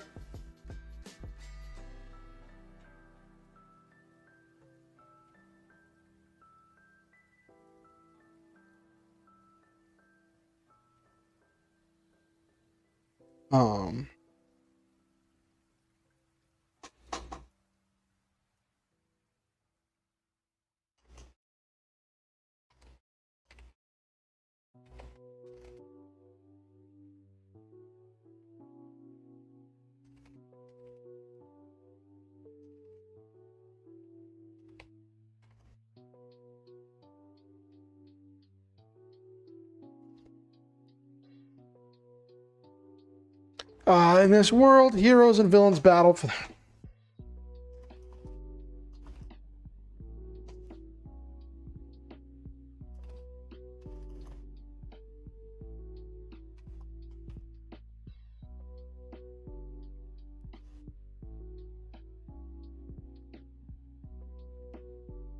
All right, Goody Gaming, it was great having you. Have a great night. I think you're a wonderful individual, and I want you to know that you make this world a better place by living in it in your own unique way. Have a good night, Goody Gaming.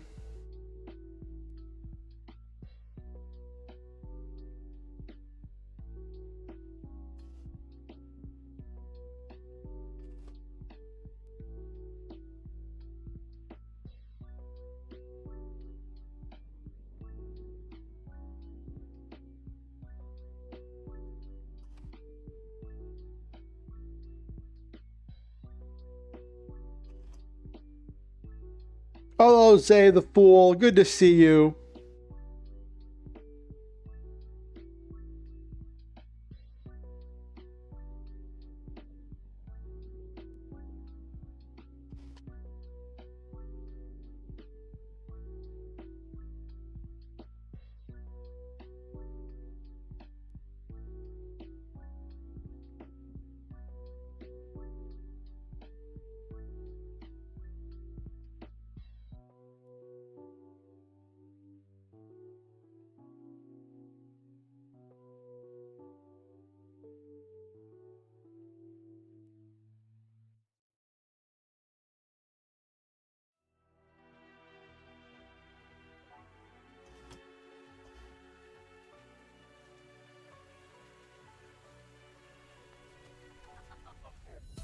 How are you doing tonight, Zay?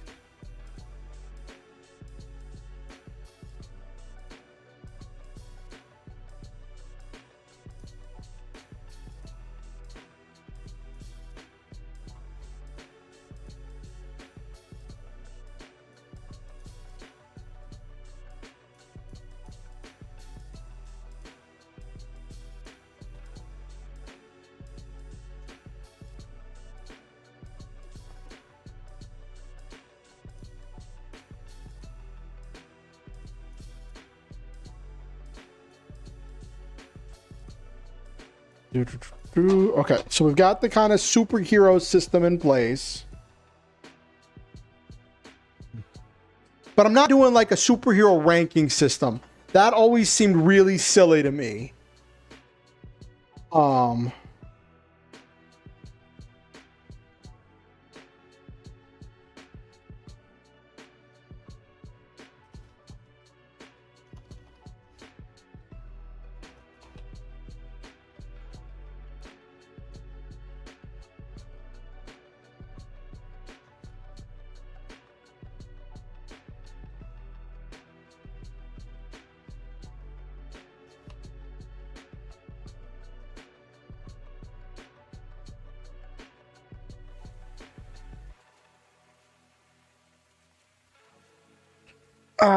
New Rising Tech Corp, Malady Corp.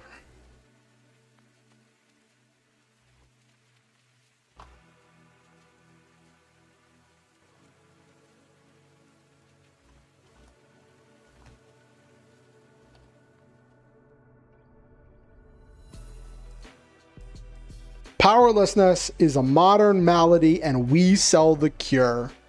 I like that line. I like that a lot.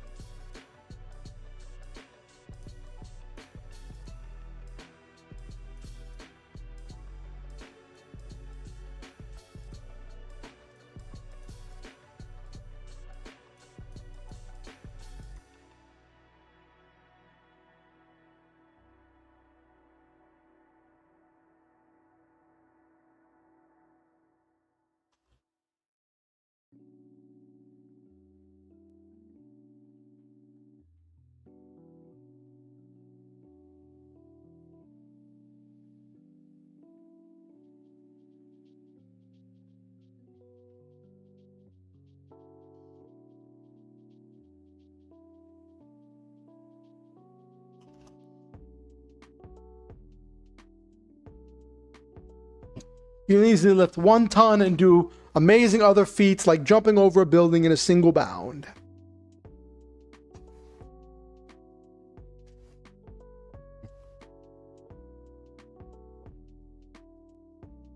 What should the name of the suits be? Chat. So it's developed by Malady Co. There's some kind of like, they're essentially like mass-produced Kamen Rider suits.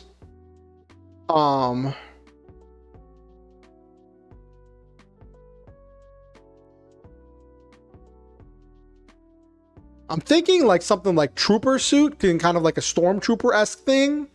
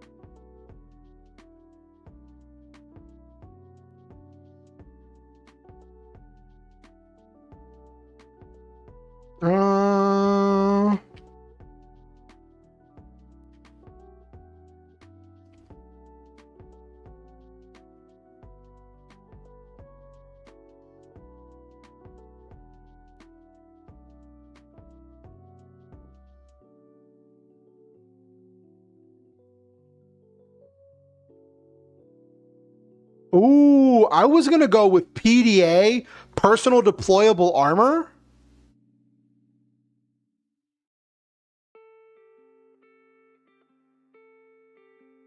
Ooh.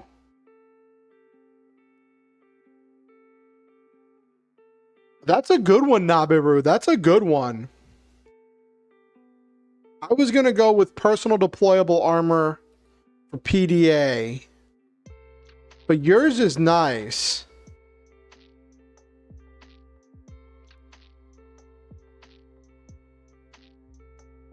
You like PDA, Violet? I do too.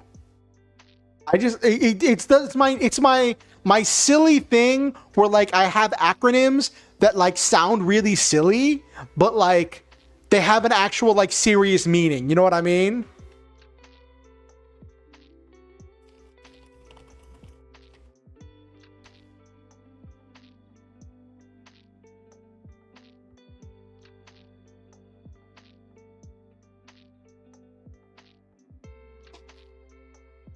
I don't know, saying, would you like to buy some PDA? Would you like to buy a PDA sounds really funny.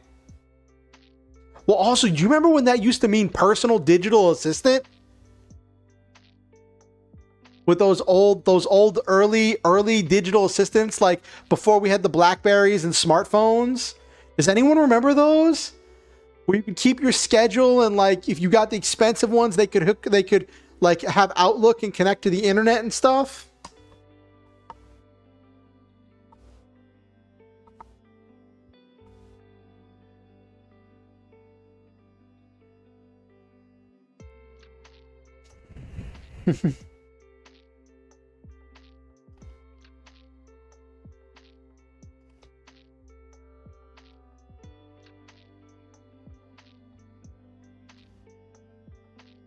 You remember those, Violet? Okay. All right, so I'm not the only person who remembers those.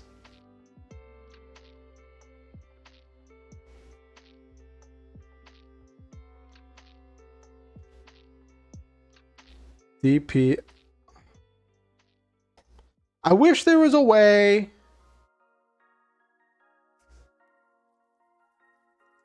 DPLOYABLE.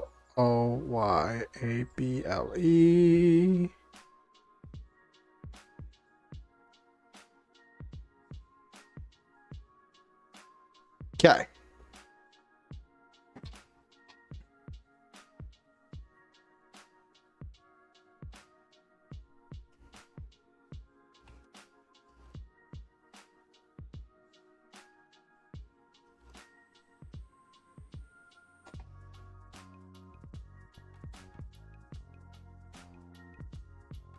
Nice, Nabiru.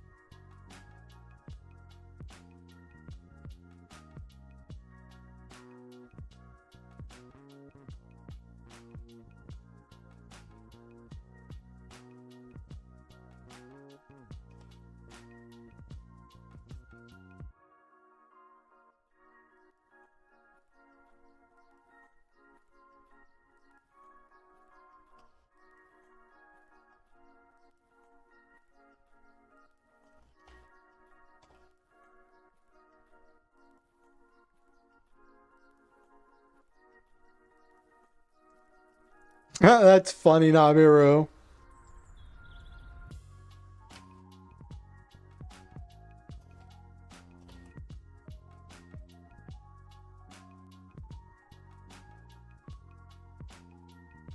So they draw power from the morphing grid, an alternate dimension that ran parallel to our own and was full of infinite energy.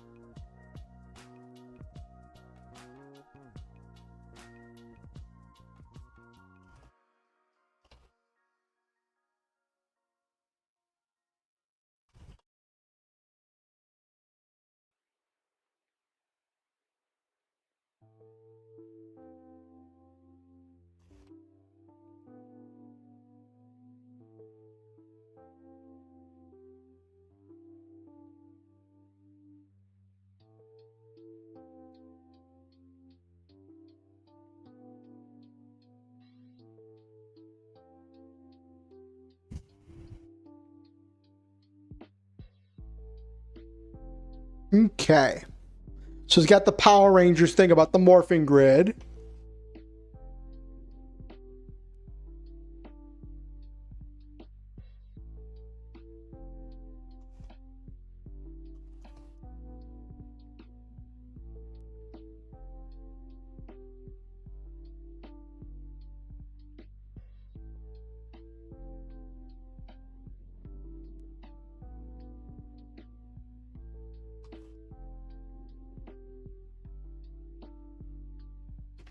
Cheap for Malady Corp to produce.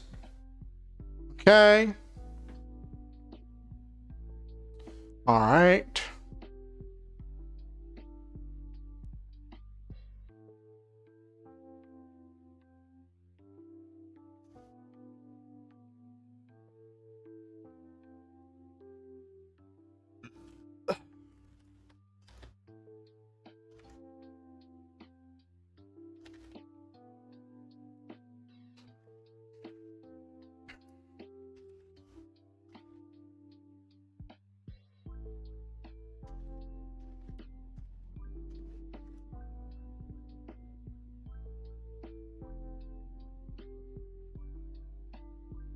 Okay.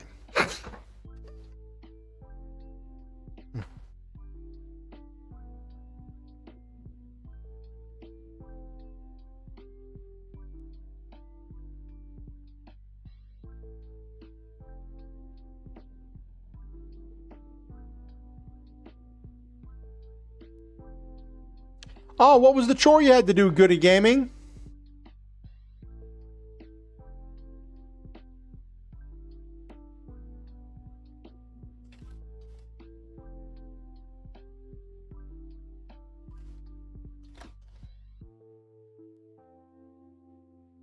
Dishes? Hey, gotta do them.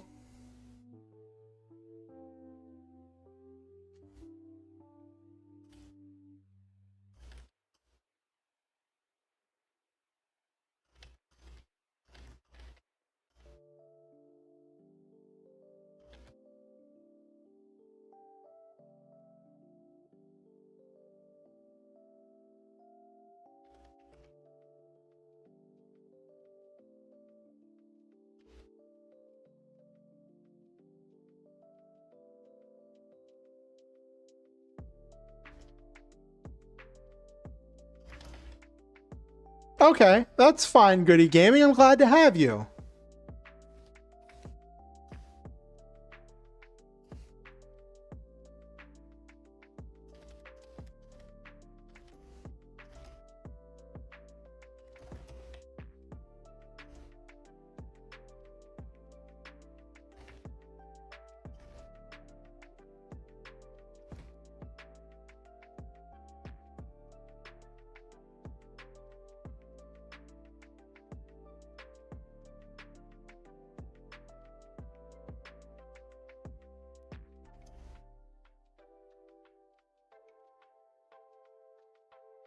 Okay.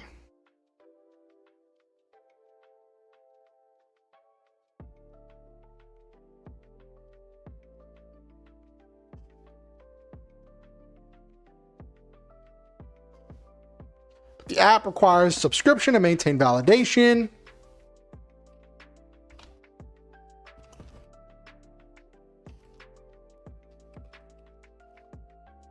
There are tiers to the subscription.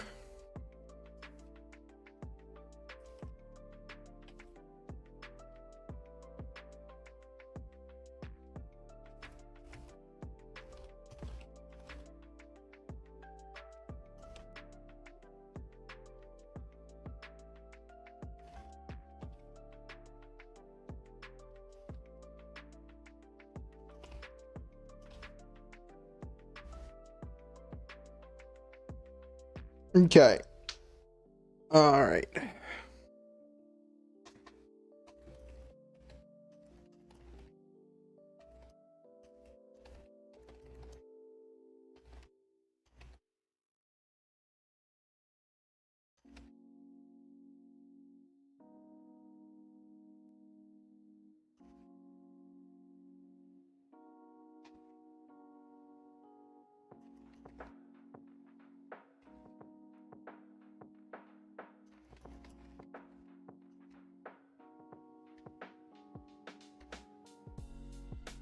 Playing Doors? What Doors are you playing? I've never heard of Doors. Is that a game? Or are you just making music by slamming doors in and out? Like playing Doors like an instrument?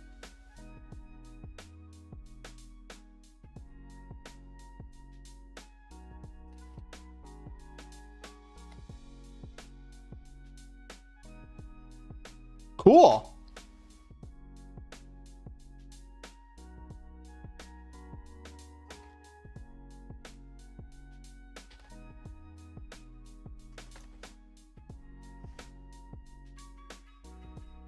Sounds fun and not really my kind of thing, but that sounds interesting.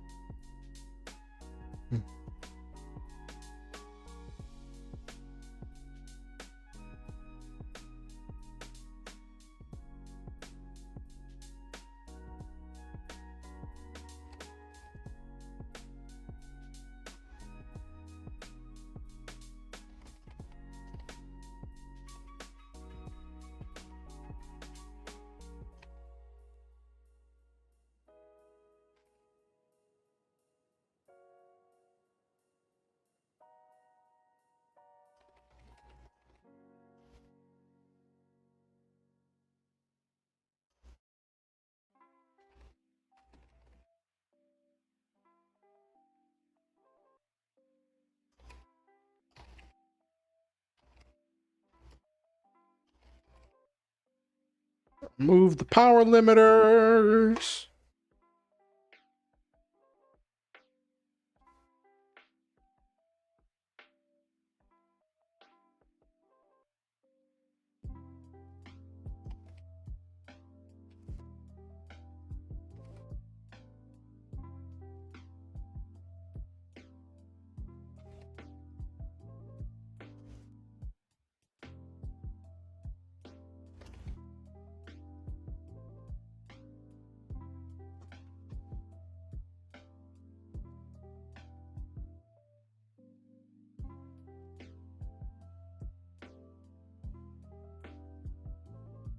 I don't know if...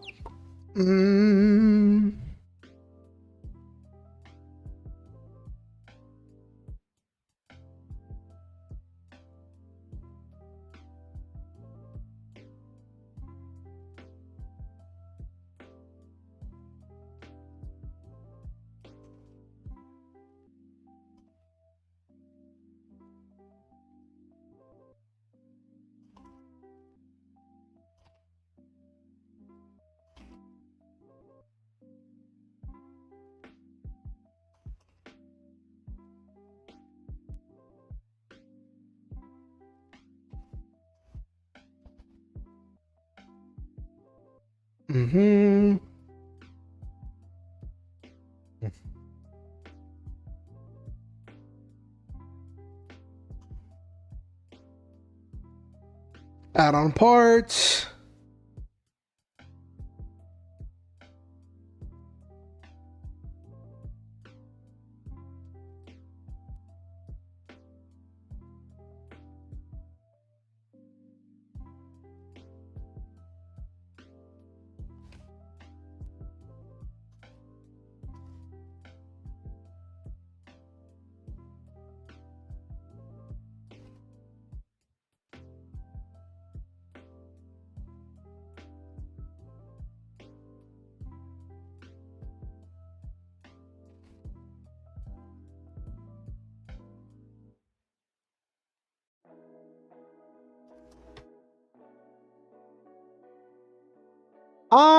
I will admit I did take some inspiration from My Hero Academia.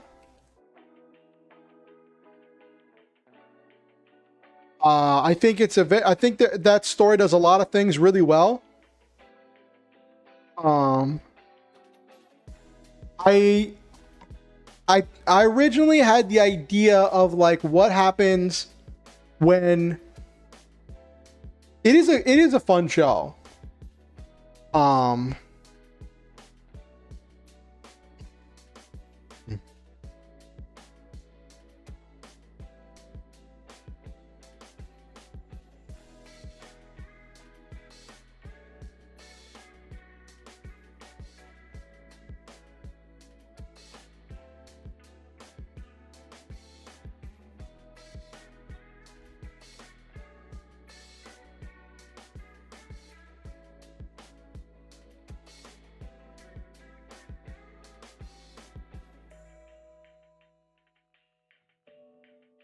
I want there to be a second corp. I want there to be a second company than Malady Corp. I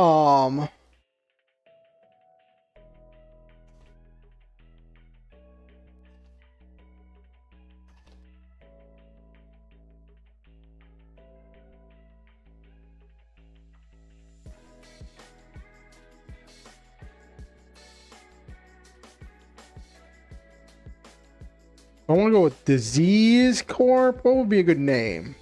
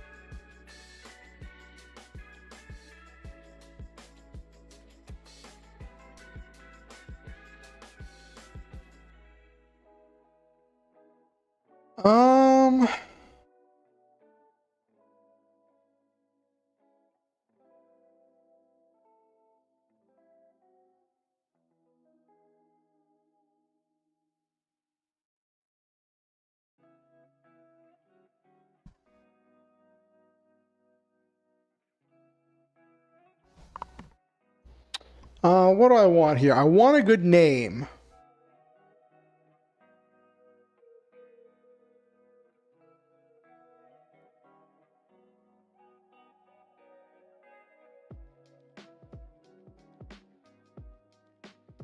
So I want a good name for another corpo. I used Malady and the whole thing of like, this is, we have the cure.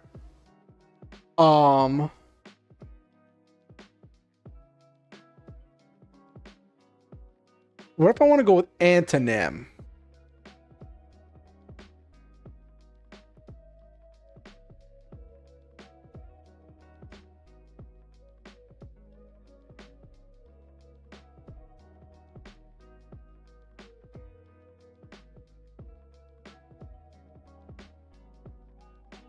Vigor. I like that. Vigor Corp.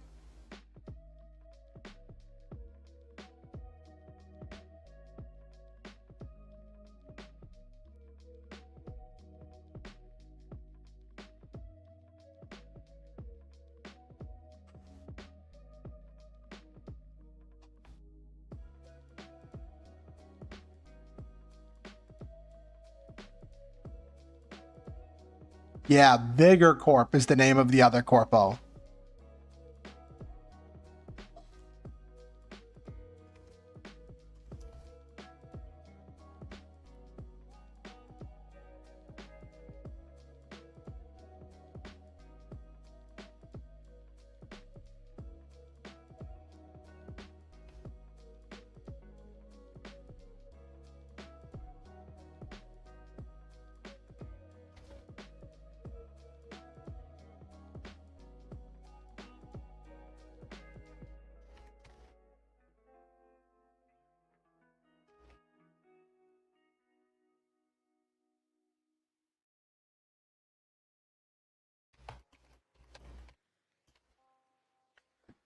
They develop aftermarket add-on parts that unleash the full potential of the suits.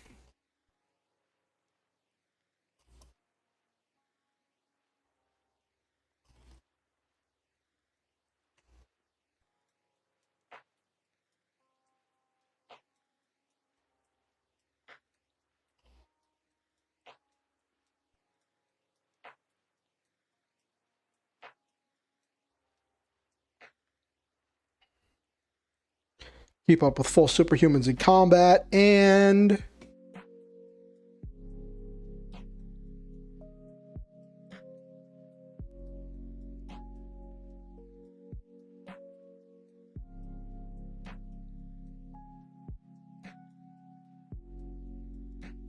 weapons that interface with.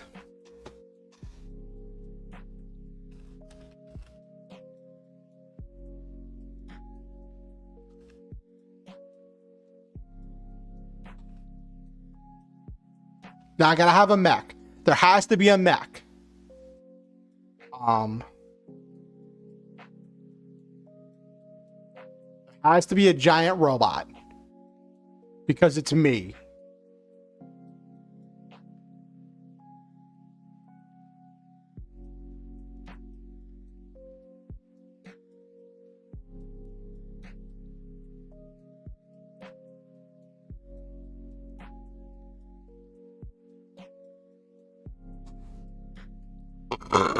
Oh, excuse me.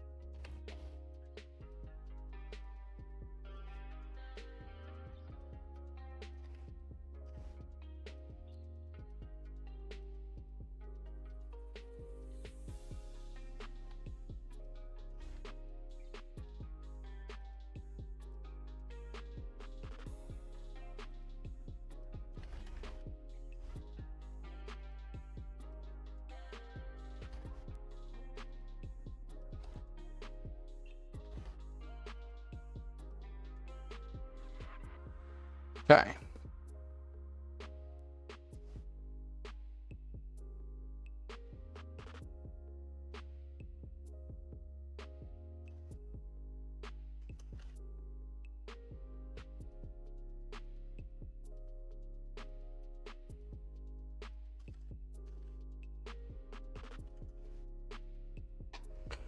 Okay, can interface with the PDA. We pilot it easily.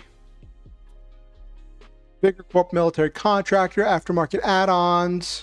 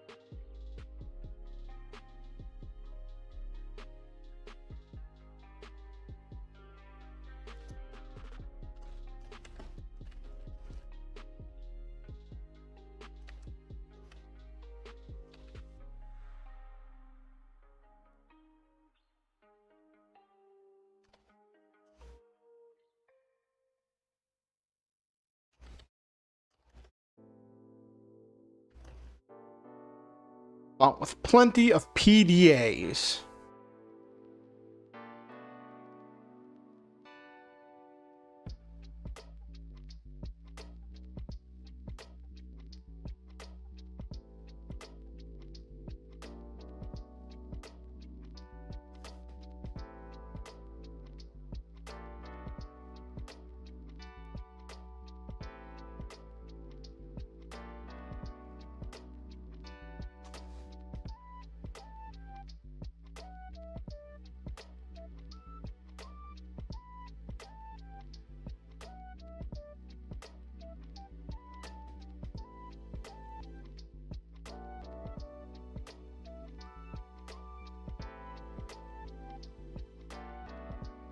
I will be right back. I have been drinking too much water, chat, and I need to use the bathroom.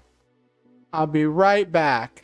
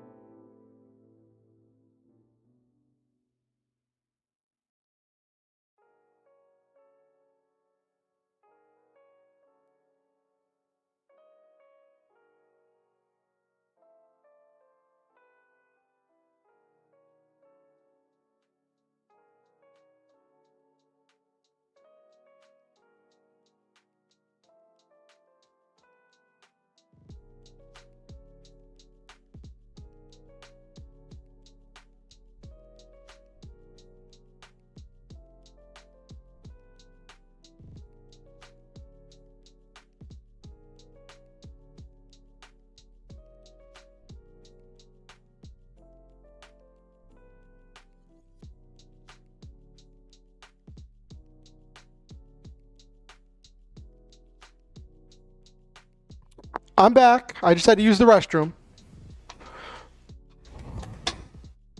I'm back. I'm back. I'm back. I'm back. I'm back. I'm back. I'm back.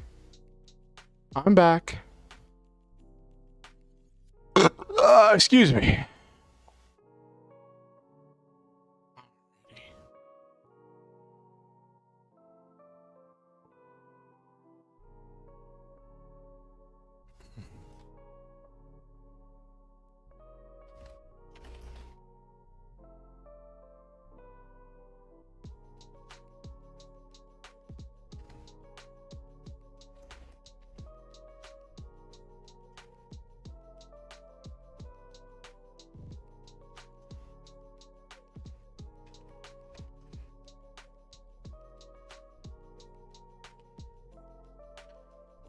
All right, so superheroes are working harder than ever before and are in great demand.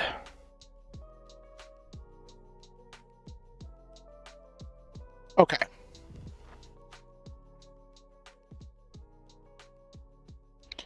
Now, I need to add the intrigue.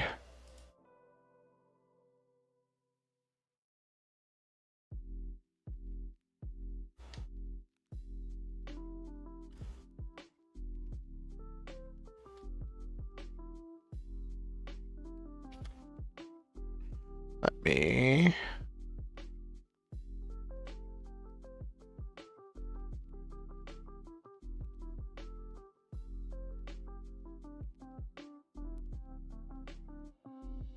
Now we got to add the intrigue, chat.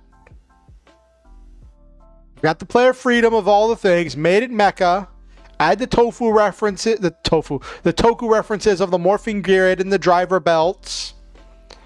So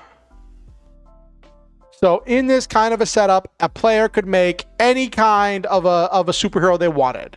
They could make a magic, they could make a they could make a fantasy hero, right? Because all kinds of things. Oh, thank you, Goody Gaming. I would appreciate it.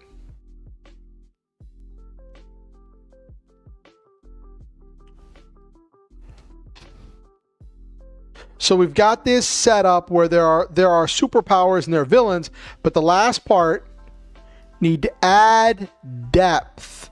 Need to make sure there's more to this world than what meets the eye. Add secrets and add intrigue.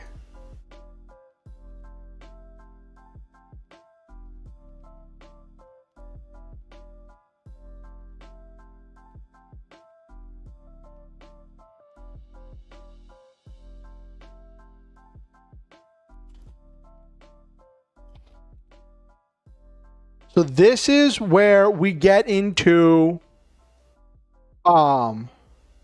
something I've heard before. I don't know who developed it originally, but it's this idea of 3 truths and 2 lies, where you have 3 truths about your world and 2 lies about your world that add complexity and depth to the world.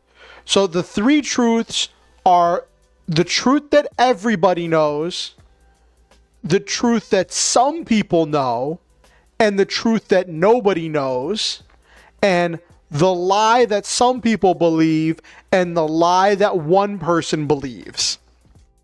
Now, not all the truths are actually true, but they're what people believe is true. And by shaping what people believe is true about your world, you can shape what you do to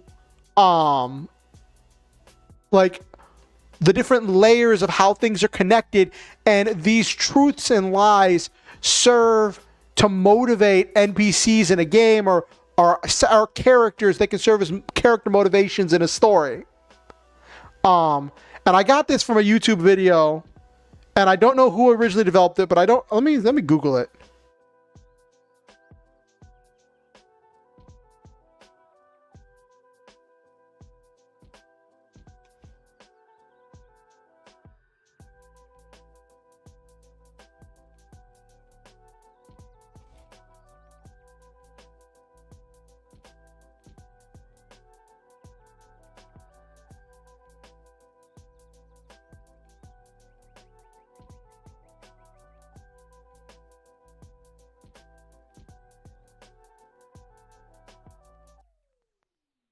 I know 2 truths and a lie is a common thing.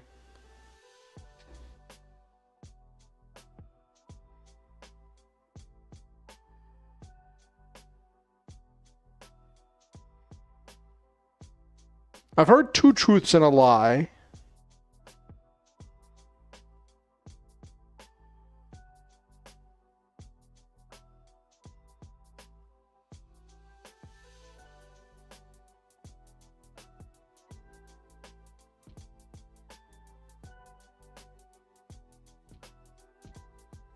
Hold on, let me find this.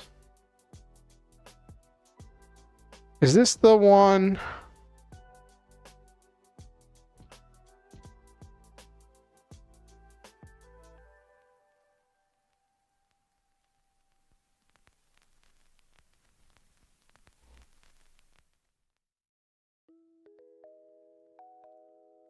Okay, I'm gonna put.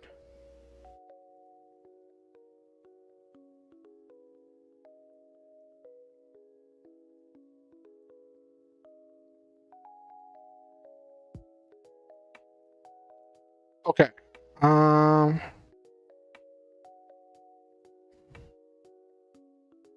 Okay, I found this on a video. I thought somebody else had developed it, but I'm gonna put a link to the video where I found this method in the description.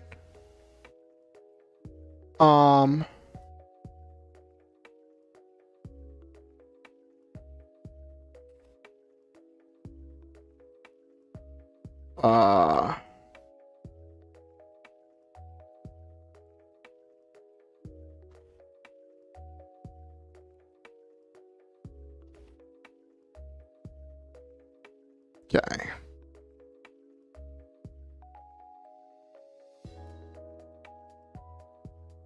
Okay, there we go. Put that in the description. Okay, so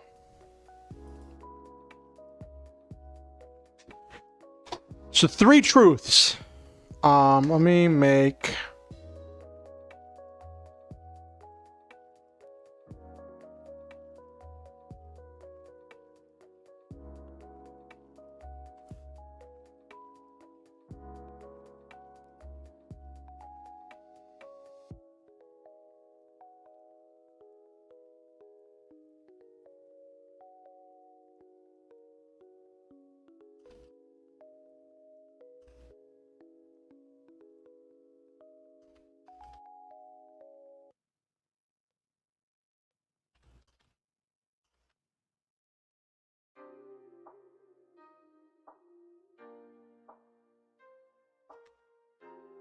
So, the truth that everybody knows doesn't have to necessarily be true, which seems weird, but it's something that everybody believes, and that truth is integral to how they interact with the world. I like to list different possible truths that could be relevant, and the idea here is you use this to create depth and to motivate NPCs in order to build the actions of the world. So the truth that everybody knows motivates most of the NPCs and motivates the world and how people interact with the world. It's something integral to how their world functions, that's taught in all of their mandatory schooling. The truth that some people know might be something to reveal something more about the truth that everybody knows. And it's something that the more restricted and elite people know, that serves to motivate key NPCs in order to act and set things in motion, right? It serves it's directly underneath the truth that everybody knows. Then the truth that no one knows is the huge showstopper, the thing that reveals everything about the world. It's the truth that reveals everything, and puts everything in new light. Then the lie that some people believe is for the people who know that the truth that everybody knows isn't entirely true, and they have part of the answer of what the truth is, but part of the answer can sometimes be more dangerous than none of the answer. And so they formed this wrong assessment of the situation based on their limited understanding, and that normally is what motivates your antagonist faction. Your antagonist faction is motivated by that misunderstanding of the truth that everybody knows. And then the lie that one person believes is the lie that is a twisting of the truth that no one knows. It's a twist of that truth that your villain, your BBEG, your big bad evil guy believes. And it is the driving force behind why he's doing what he's doing. And then by doing this and having all of these truths and lies interconnected, you can add depth and have different layers in motion at once. And also you can do stuff where that adds, the villains aren't just being villainous to be evil. They're being villainous a lot of times because they have a misunderstanding of the truth that everybody knows. So what's the truth that everybody knows?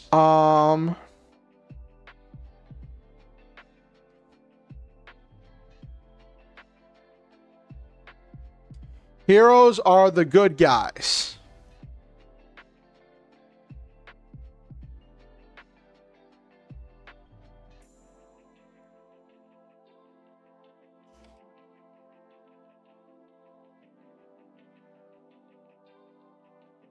That's the truth that everybody knows. Superheroes are the good guys.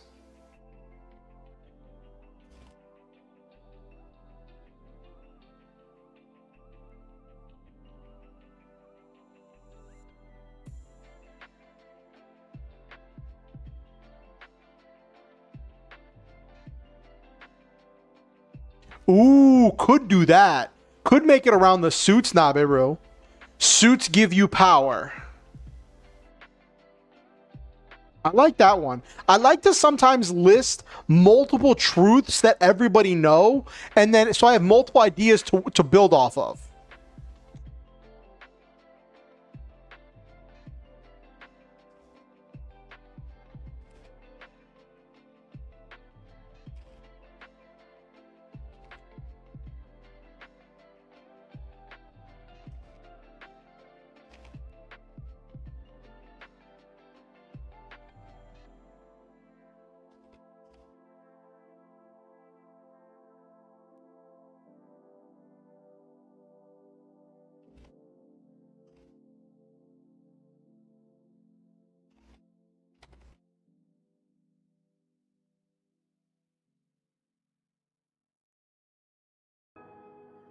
So I got to go with one of these.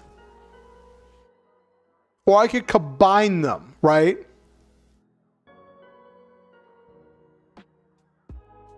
Because the PDAs are a relatively new thing, but if I want them to be a key part of the story, then I would run with them, right? Okay.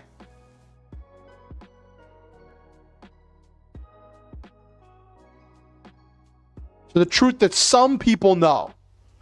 Let's go with the PDA one. Well, let's go with all of it. What's the truth that some people know? The PDAs, everyone knows the PDAs give you power and let you stand alongside the heroes.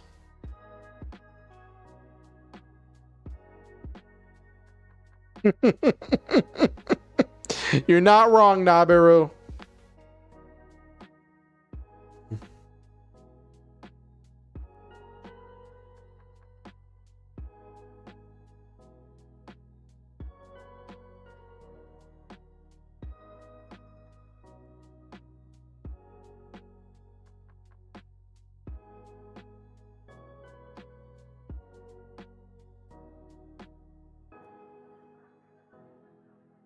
Ooh, I got an idea. I got an idea, chat. What if the truth is...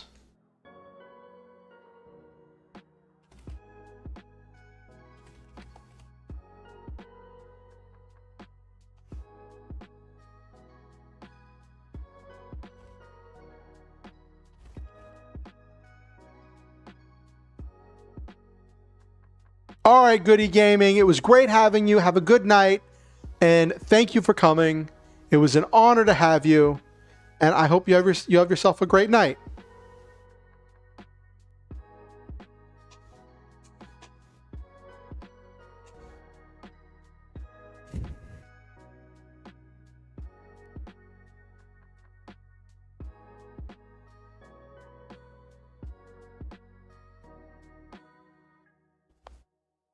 Good night, Goody Gaming.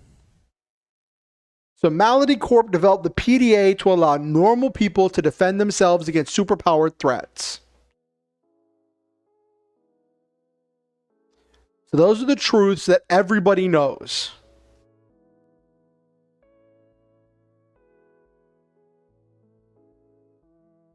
The truth that some people know.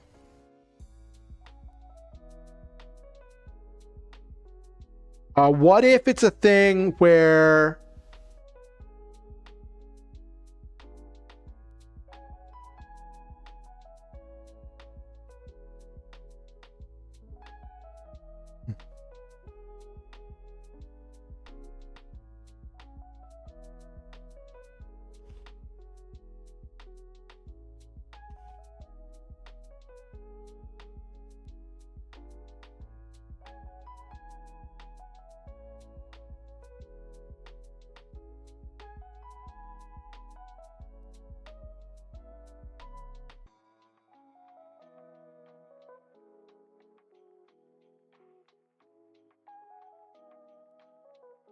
some people know Malady Corp is leaking PDA parts to the black market to create demand for their suits.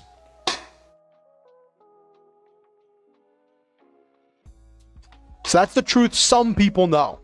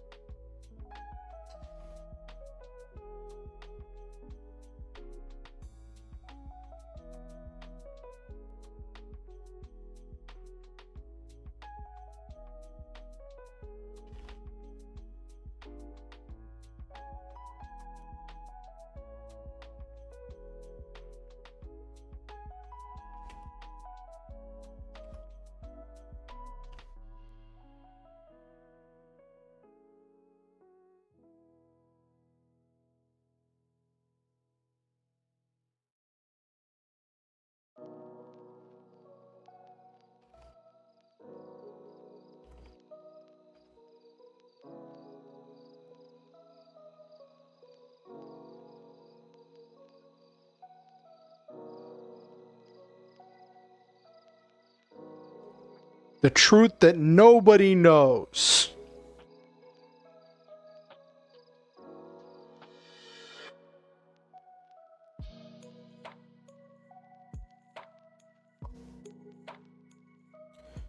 What's the truth that nobody knows?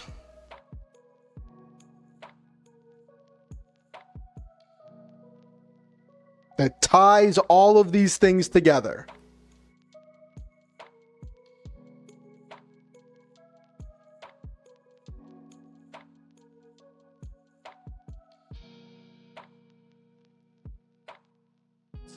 The suits will slowly corrupt you. Okay.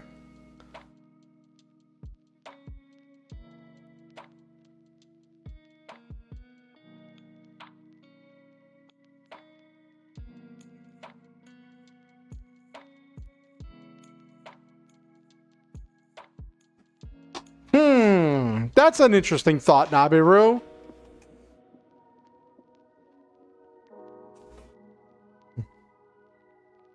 I want something big. This needs to be, so like, the truth that everybody knows shapes, the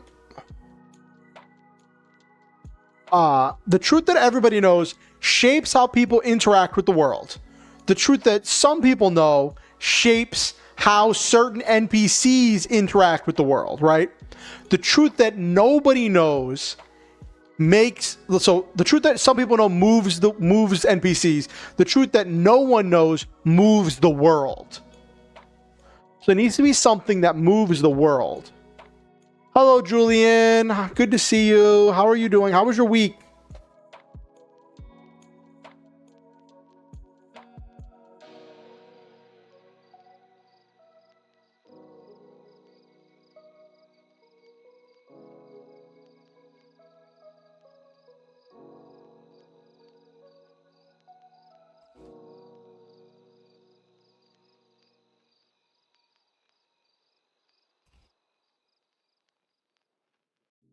Mm-hmm.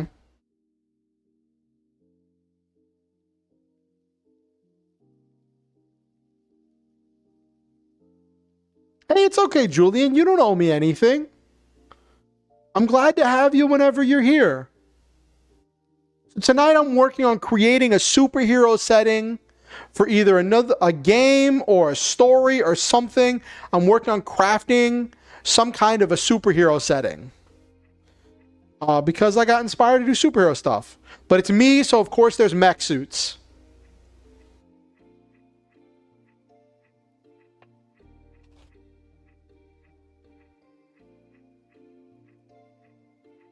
Hey, Jesus. Yeah, it's funny. You probably get a kick out of this, Jesus. I saw this stream on Wednesday. Kind of. So I got on this kick, Jesus, because I saw this stream on Wednesday on this channel called USP Untold Stories Project. And they were doing a Mutants and Masterminds stream and a Mutants and Masterminds actual play. And it was just watching them play Mutants and Masterminds was digging up lots of memories for me again, right? And I was interacting with them, and the game master, I think, was one of the devs or works for Green Ronin somewhere and works on Mutants and Masterminds a bit and has been in my Mutants and Masterminds streams in the past, years ago, right? And when they came back from their break or whatever, because they took a break partway through the episode, and the game master was like, "Oh, I recognize Oriansenshi," and was like, and gave me a shout out and was like, "Yeah, I used to do some Mutants and Mastermind streams forever ago, doing world building and character building," and talked about how much he liked my streams. And I was like, getting that kind of recognition, I was like, what in the world? Like, this is actually really cool. And so that got me. Okay, cool. Thanks, Jesus. And But then as I was thinking about mutants and masterminds, I was realizing that as much as I love mutants and masterminds, there are some very key limitations to the game that, like, I think made it more difficult for me than it had to be. Not that it's, how do I put this? I'm not saying mutants and masterminds is a bad system. I'm saying it's a very specific system. It is trying to do a very specific thing. And if you want to build these nuanced, very unique and mechanical character builds, mutants and masterminds is kind of the place to do it. But there's another system that I've covered before, Prowlers and Paragons Ultimate Edition, that I feel like is a lot simpler. You can't get all of the nuance you get with mutants and masterminds, but I feel like Prowlers and Paragons has much easier character creation, and I feel like it is just a lot simpler to, like, deal with.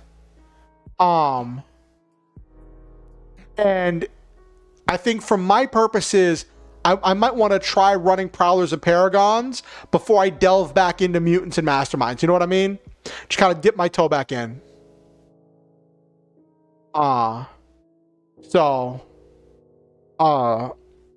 This could be a mutants and mastermind setting. This could be a Prowlers and Paragons setting. This could be a story setting for a novel. I don't know. Real life example, war merchants sell weapons to both sides to keep battles going and make money. So companies creating suits to help make heroes, but no one knows it creates villains too, though maybe it's too dark. I'm not sure if that's the direction I'm going with this. I want something world shattering, because that's a truth that certain people know, but I want the truth, which, like, that's kind of what I got for the truth that some people know. Malady Corp is leaking PDA parts to the black market to create demand for their suits, but I want something world shattering for the truth that no one knows.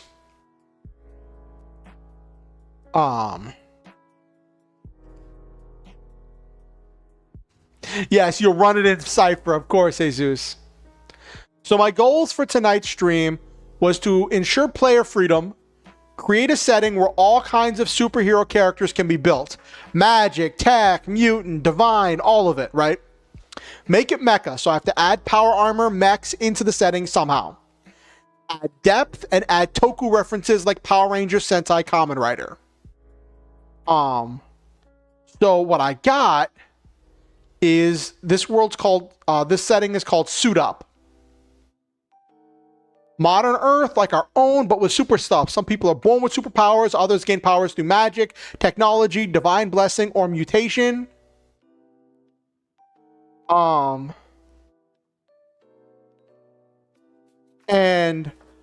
in this world, there are heroes and villains battle for their ideals and make the world they desire. There is a hero system in place where superheroes can be trained and licensed to work professionally with the police to solve crimes and stop villains. Superheroes receive a small stipend for each case they help solve, but they also market themselves and supplement their income with merch sales and brand deals. This society prides itself as being a society of heroes. That's a big thing for them. In the middle of all of this, a new rising corp, Malady Corp, releases a revolutionary product. They call it their motto is powerlessness is the modern malady and we sell the cure. They sell special suits that can be deployed from a belt buckle. The suit grants the wearer super strength and durability. With the suit on, you can easily lift 1 ton and do amazing feats like jumping over a building in a single bound. It's called personal deployable armor, or PDA. The suits use super tech.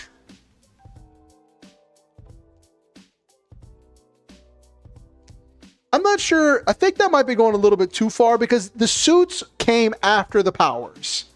In this setting, the suits are not the source of the powers. The suits are an alternate thing. They're like mundane gear.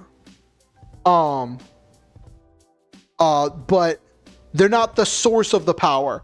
And that's the thing that, like, if I was doing this setting, players wouldn't need to build suits. They could build whatever powers they want.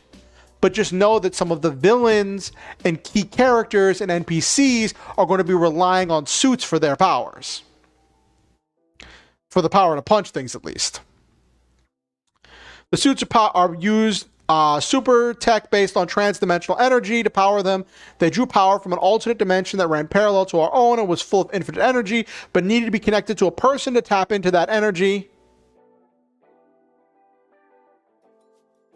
Yeah. Something about the transdimensional energy requires a person to be present in order to draw the power out. If the suit is used for an extended period of time, it will begin to overheat and eventually need time to cool off. The whole control of the suit is an app that you get on your phone, and there's like, it's a subscription service in order to get activation time to use the suit. And actually,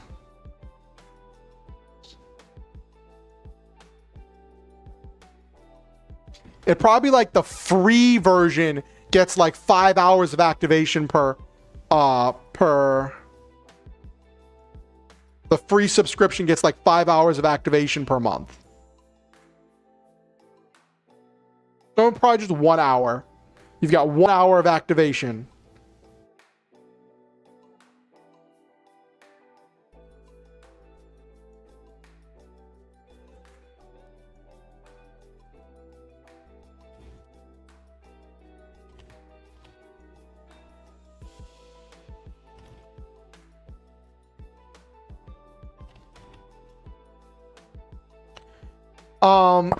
And then military demanded more advanced versions of this for themselves. So Malady Corp partnered with a military contractor, Vigor Corp, to develop aftermarket add-ons, parts that unleash the full potential of the suits, allowing them to keep up with full superhumans.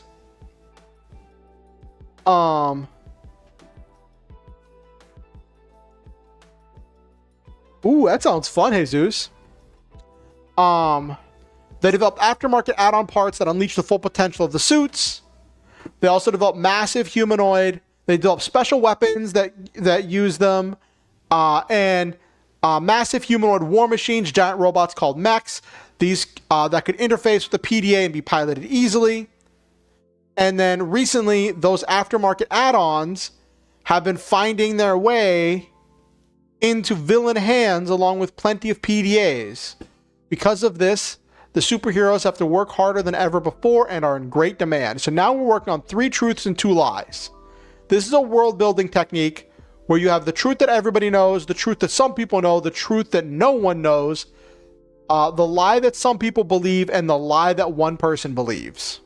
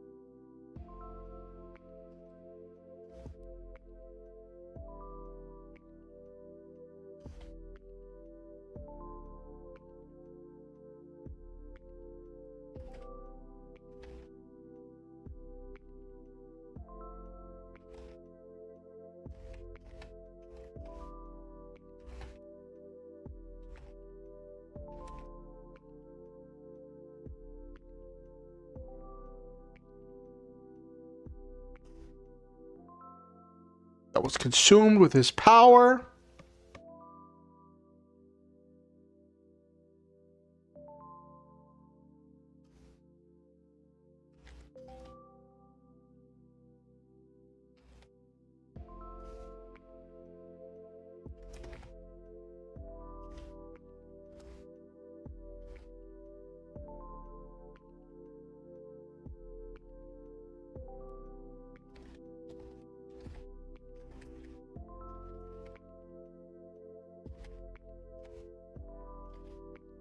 So, a dark god was defeated in an ancient war before the dawn of time.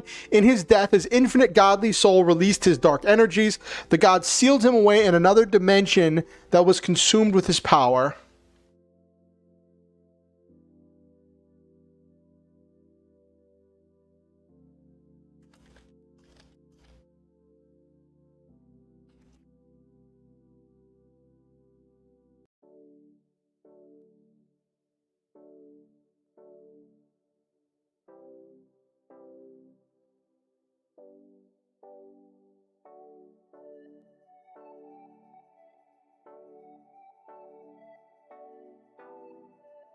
Okay.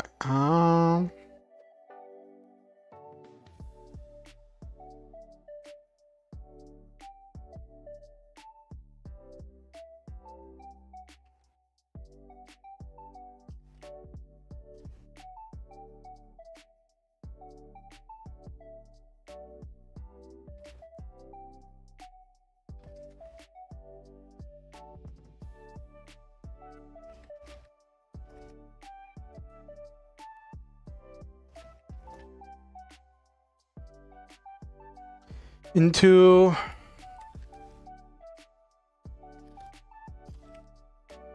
an eternal spring.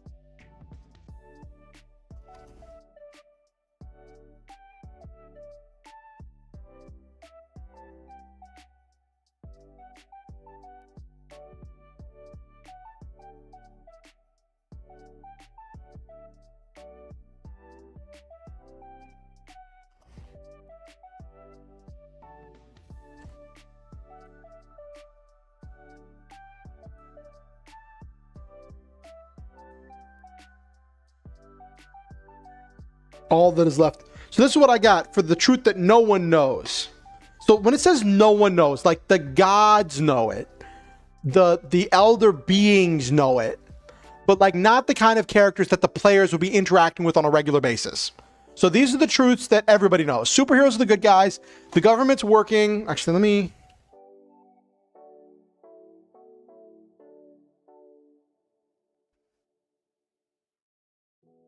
Oh.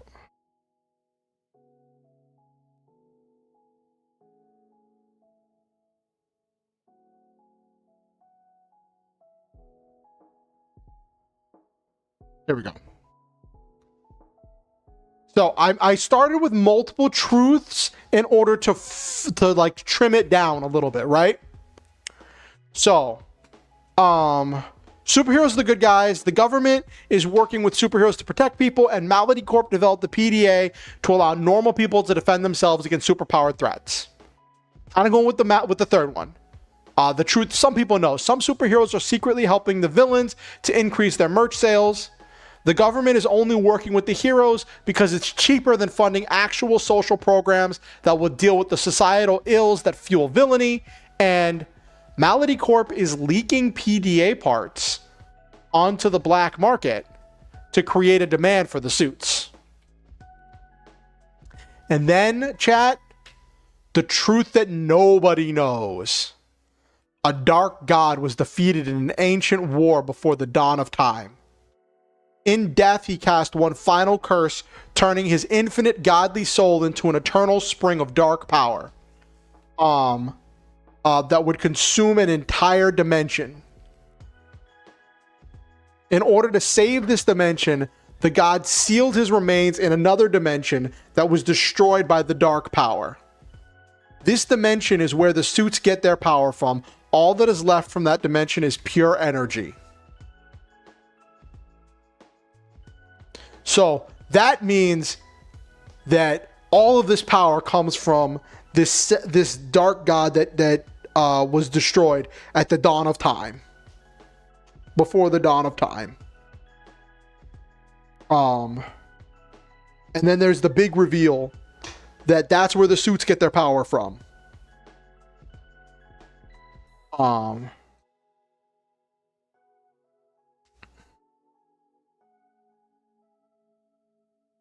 so that is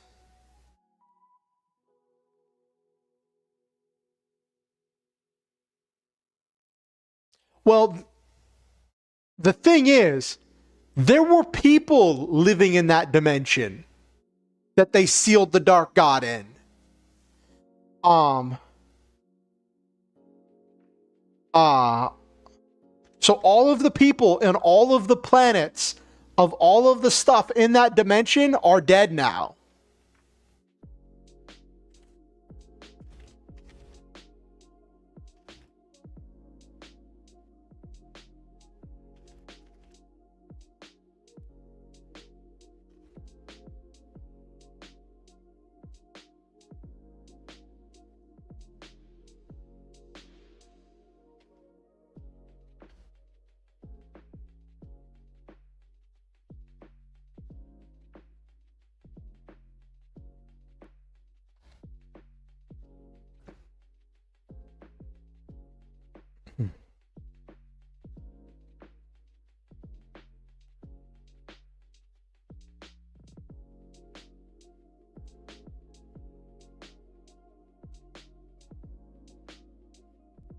Okay.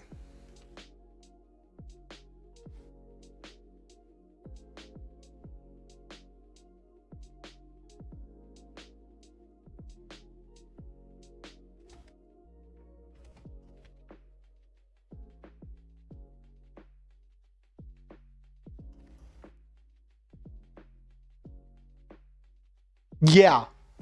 Knowing what the cost was of that power.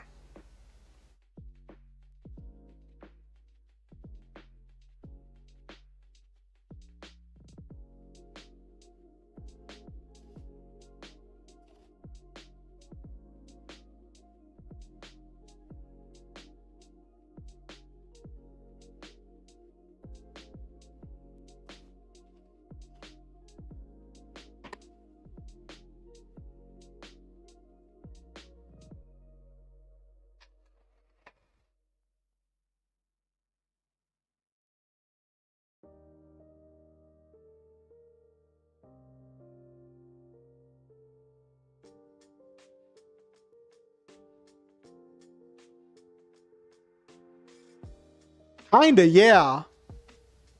Which kind of, so like,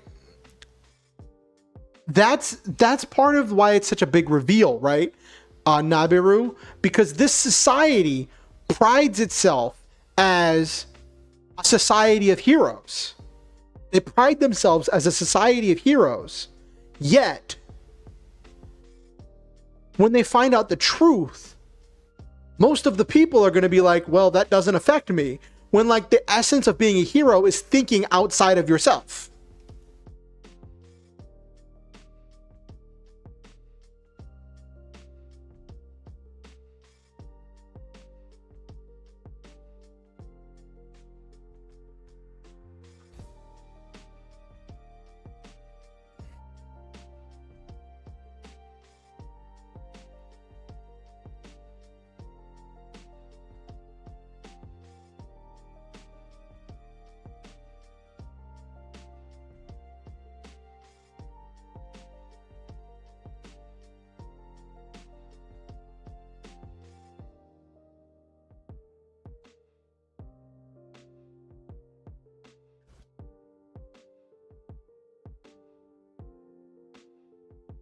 So, the lie that some people believe.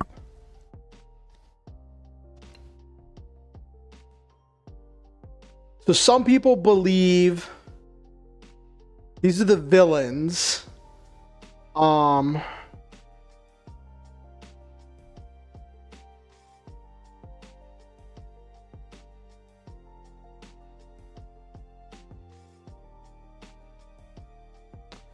What do the villains believe? I'm imagining the villains saving one friend versus saving 10 strangers. Yeah.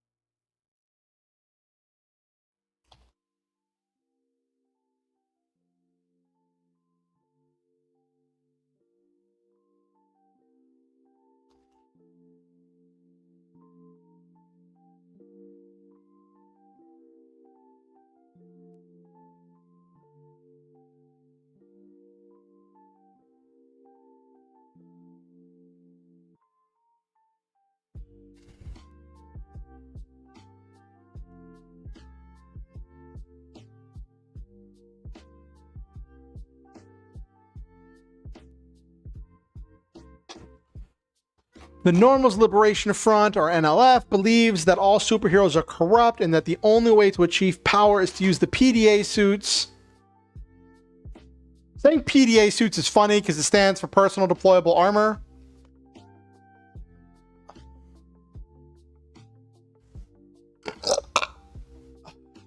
Mm-hmm.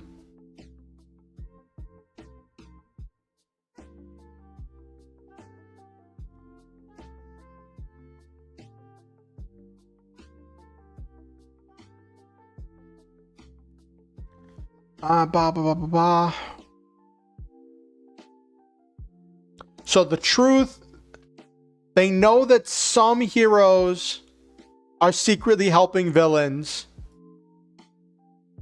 to engineer their own heroism. So they know not all superheroes are the good guys, right? But they don't trust the government. So they're taking it into their own hands because they believe in Malady Corp.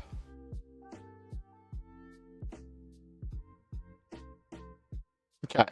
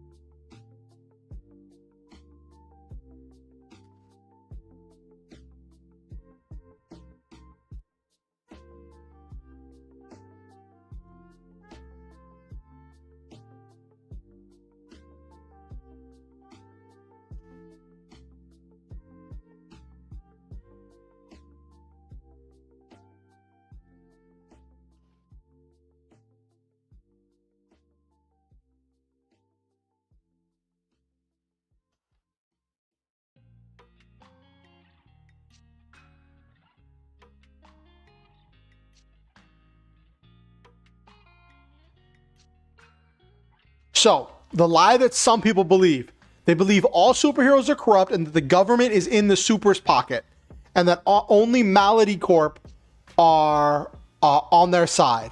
They believe that they need to use the PDAs to defeat and kill all supers in order to retake their world. So the bad guys are these people that are using the PDAs with their military hardware, right? And they're trying to engineer situations that will allow them to kill supers, both villains and heroes.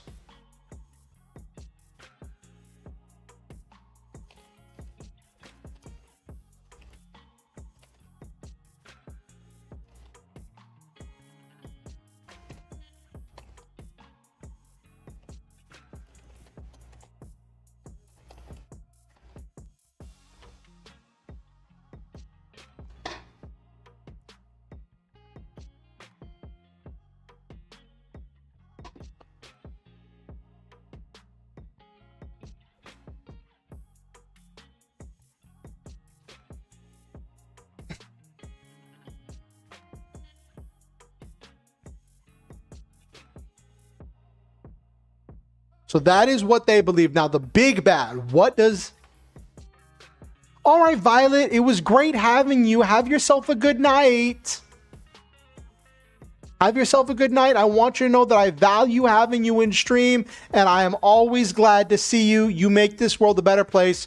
You make my life better by being here. Thank you for coming, Violet.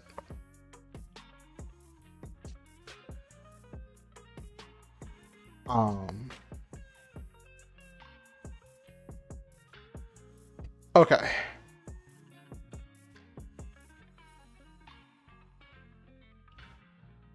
So this sets up these bad guys as they want to... Good night, Violet. They believe they need to use the PDAs to defeat and kill all supers in order to retake their world.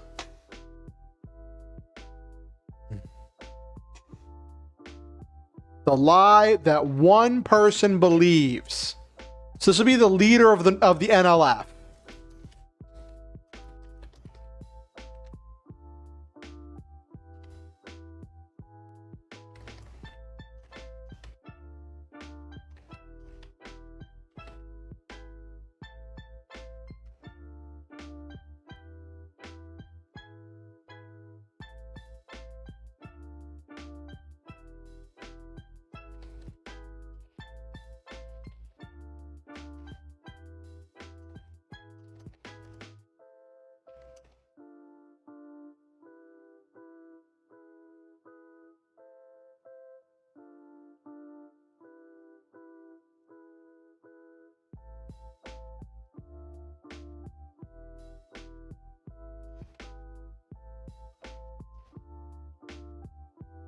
So I want to do a thing about the power source. So it's a thing where he believes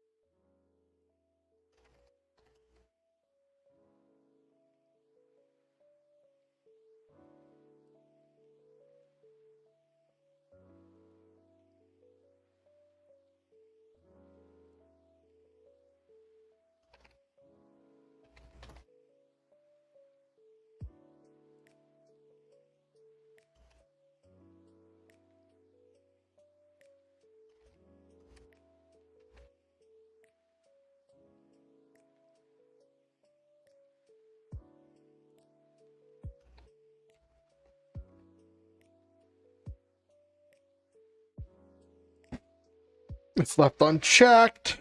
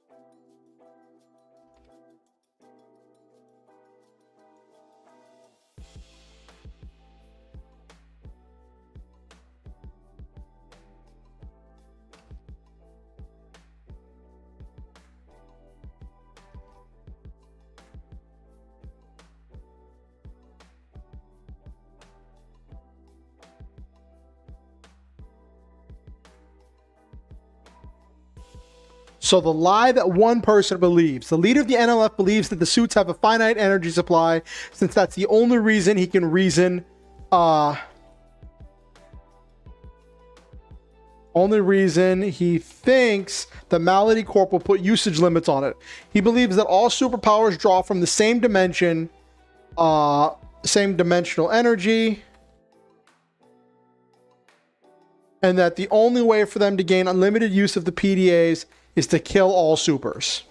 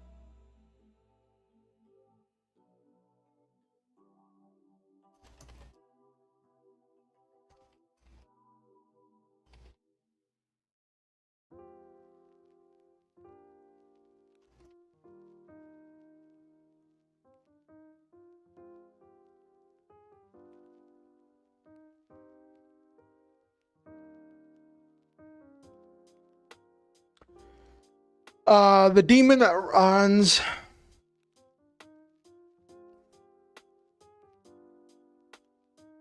Okay, so this adds a different layer to it, right? So a demon started Malady Corp as an experiment to see if he could tap into the power source of that dimension where the dark god is remains are, right? And he was started as an experiment to see if he could tap into that power source for his own means. Then you come down here to the lie that one person believes. The leader of the NLF believes that the suits have a finite energy supply, since that's the only reason he thinks that Malady Corp will put usage limits on it, because he trusts Malady Corp. Right? He trusts Malady Corp. He believes that all superpowers draw from the same dimensional energy, and that the only way for them to gain unlimited use of the PDAs is to complete a ritual that will kill all supers in this dimension. In reality, the demon that runs Malady Corp wants to use this ritual to open a rift between dimensions so he can absorb that infinite power for himself and become a new god. Dun dun dun.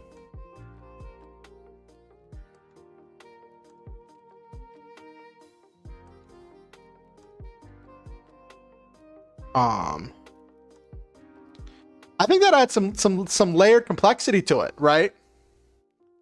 We've got a villainous faction of the Normals Liberation Front, right?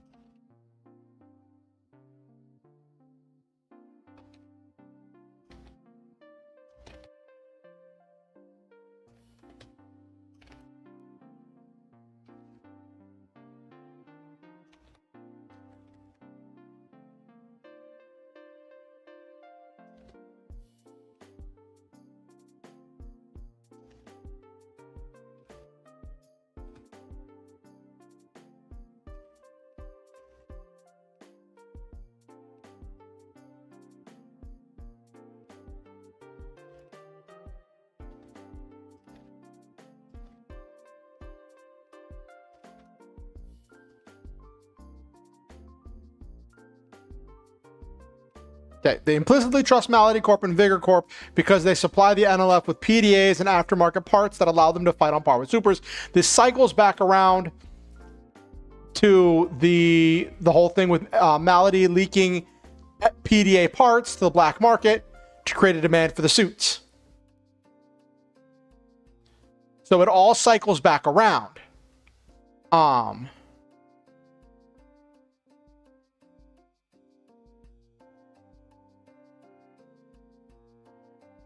What do you think, chat? I think it came out pretty well. We have different layers. These are the stuff that everybody's going to know from the beginning.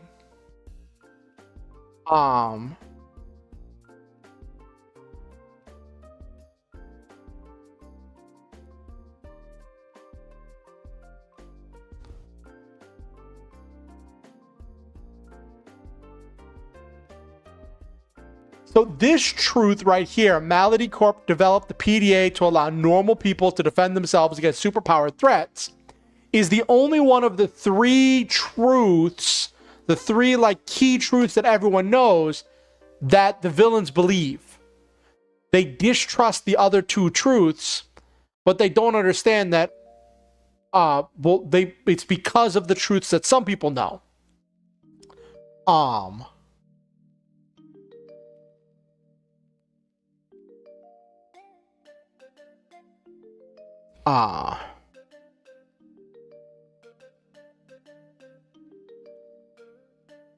So that could be interesting, but what do you think, chat?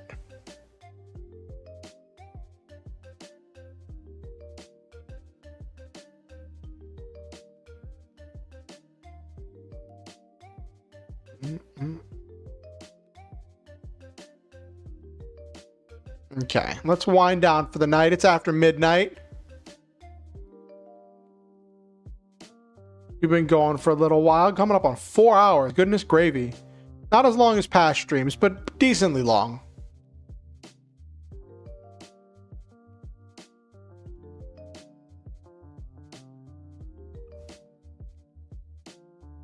Ooh,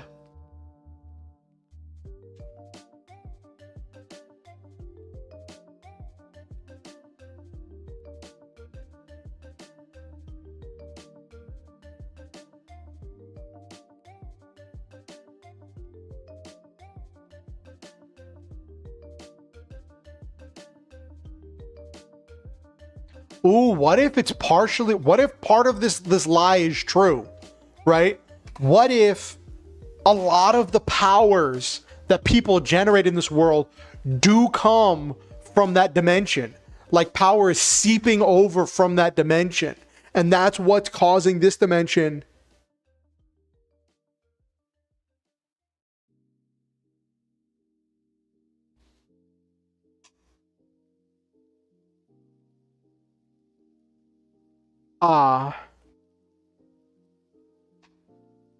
Yeah. This is a really cool method for story development. Because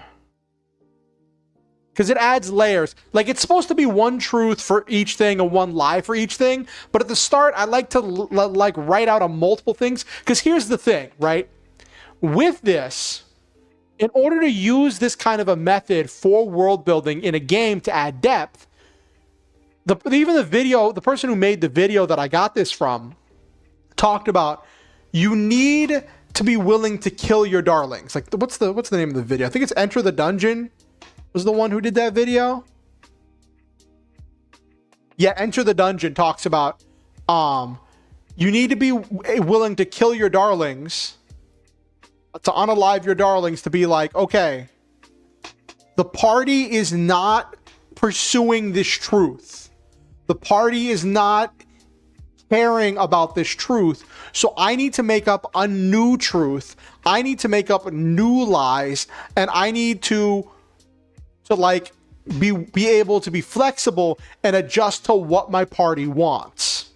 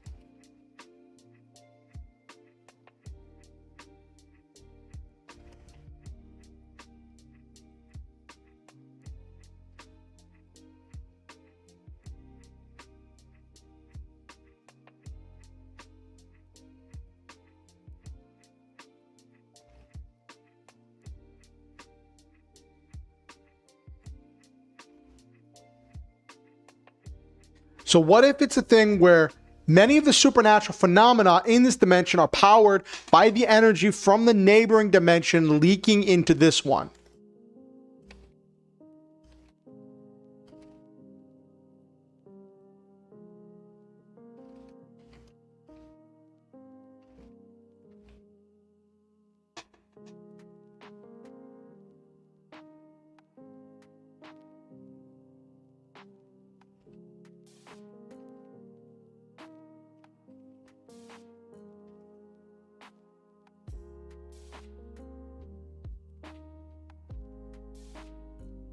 Many powers rely on this dimension.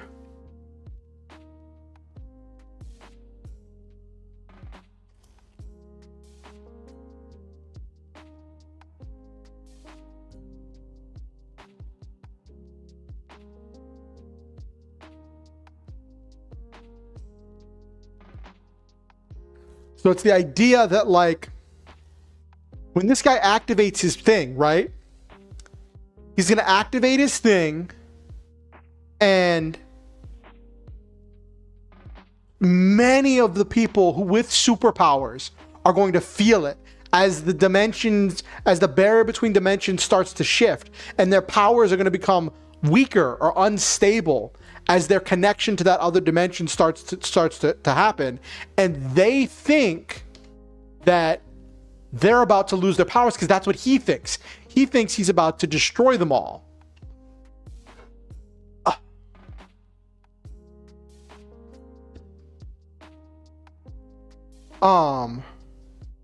But what he doesn't know is that when he opens that rift, the demon is going to run into the middle of the rift and try to absorb all of that dimensional energy, all that infinite power, to become a new god.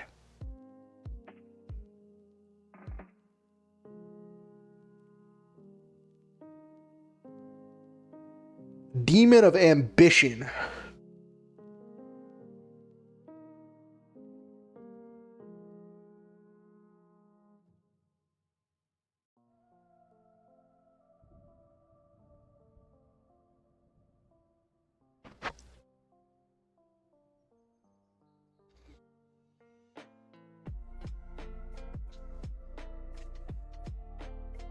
Okay.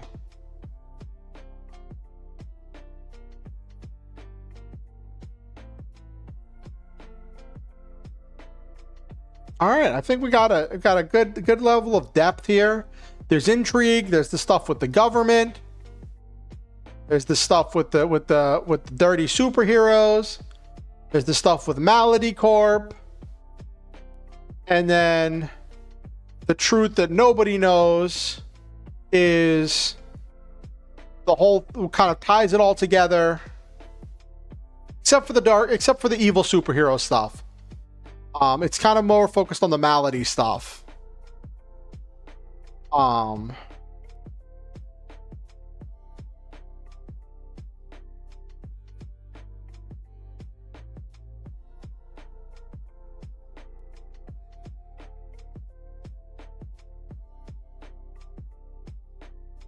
Actually,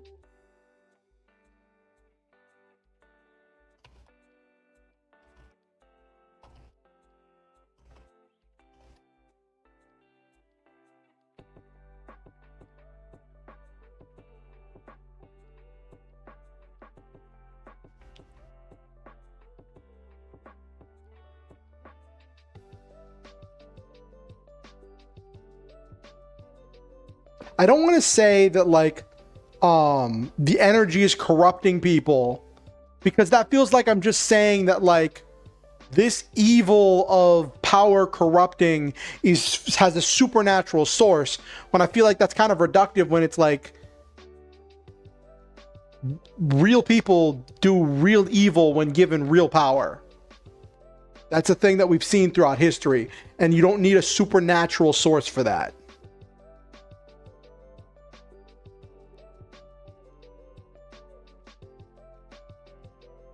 There's not some secret dark truth. And I think that's why I don't need a truth that no one knows for these two, because the thought of some superheroes secretly being evil and the government taking the cheaper route instead of actually doing what they're supposed to do and helping people is something you don't need a dark secret to be behind. You don't need some dark secret to reveal what's happening there, because that's just the thing that's going to happen. You technically don't need that for the Malady Corp stuff. The Dark God thing is I think just a really nice thing to just like and the whole thing about like many powers of supernatural phenomena are fueled by some of that energy leaking over into this dimension.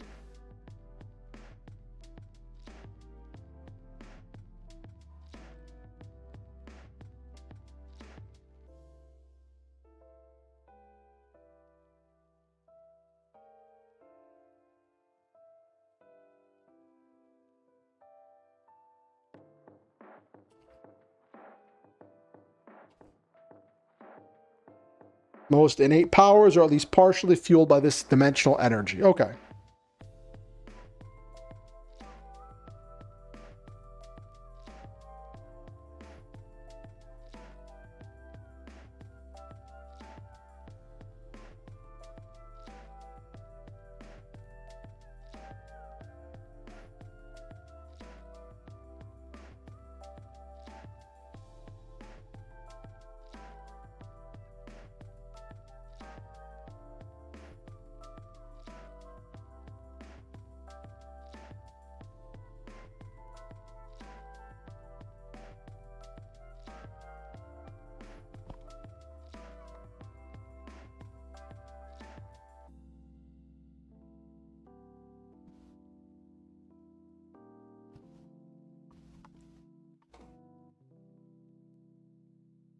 Okay.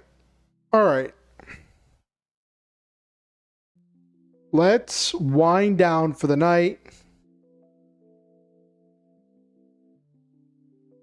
Dun dun dun. I think we had a good night. We had a pretty good night.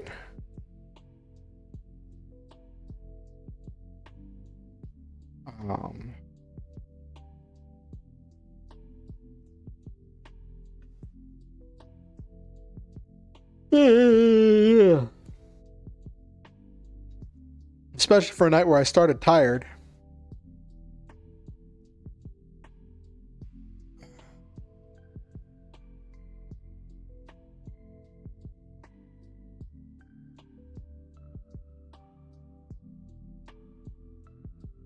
Is there anybody streaming right now that I want to raid? Oh, Naughty Roomba is doing some Gundam Breaker. Ooh.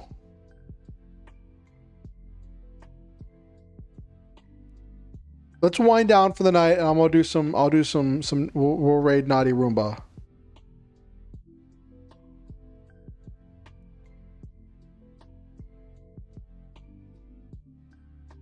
Let me slide over here.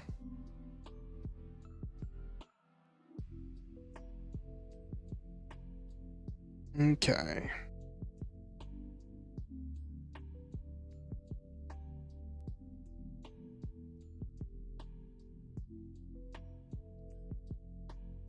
All right. So for those of you who don't know, I like to speak positivity, joy, love, and hope into the lives of all of my viewers at the end of my streams. I'd like to say words of affirmation and all of that jazz. Let me scroll up and shout out everybody who was in chat today. We had a good stream. Outlined a whole world. Outlined a whole world and a conflict and all kinds of stuff. So tonight in chat we had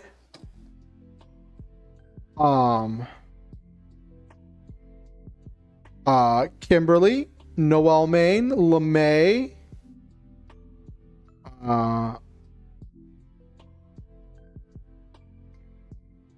Nabiru, Cam Gilberts, which is Country Girl,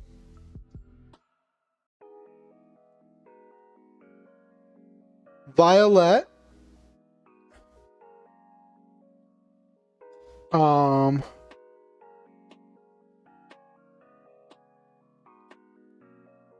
else did we have tonight? We had Piranha PJP. It was nice having a new face in here.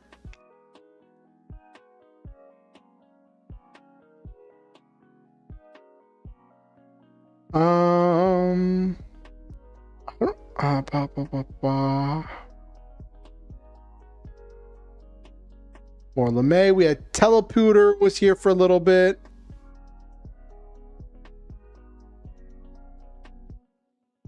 Goody Gaming was here.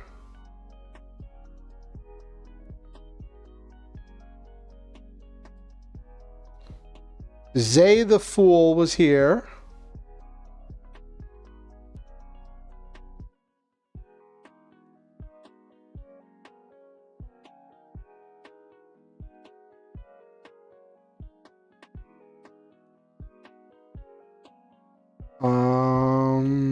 Who else did we have here tonight? Scrolling through chat. Julian the Vampire King was here. It was nice to see Julian. Jesus Mendoza.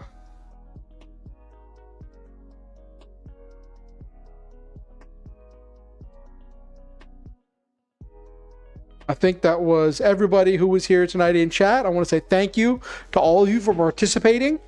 It was great having you all here as a member of the community. I value each and every one of you. And it was great having you all here.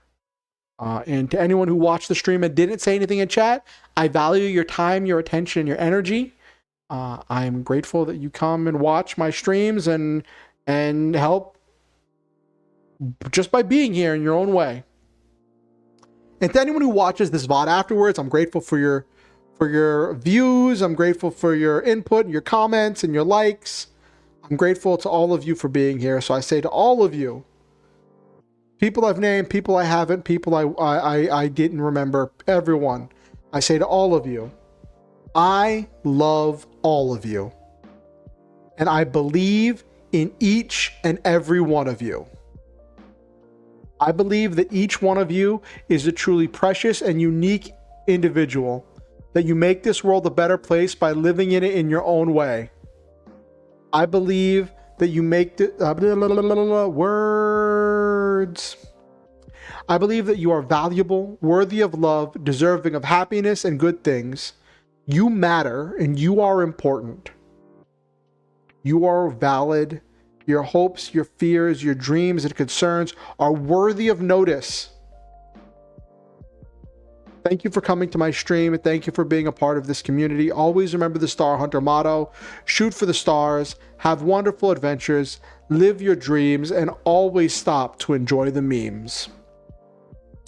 If you're watching on YouTube, I ask that you like the stream if you haven't already. It helps the algorithm with letting people know that I'm live. It helps me with getting more eyes on my content and helps with growth. We're always looking for growth. It helps a lot to know that I'm moving forward just for my mental, among other things. If you have any aunts or uncles or friends or relatives or coworkers, arch nemesis, enemies to lovers, lovers to friends, anyone you think might enjoy my content, Show them, feel free to show them my content and invite them to the next stream. Next stream is going to be Monday, 8:30 p.m. EST. Remember, a week from today, next week, Friday, is going to be the raft stream where I'm going to be on Hero Girls channel. We're going to be starting at 6 p.m. EST.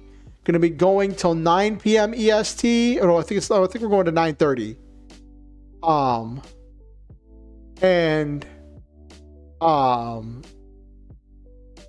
planning. I can't hold on. I think we're doing 6 to 9. Let me look at my calendar.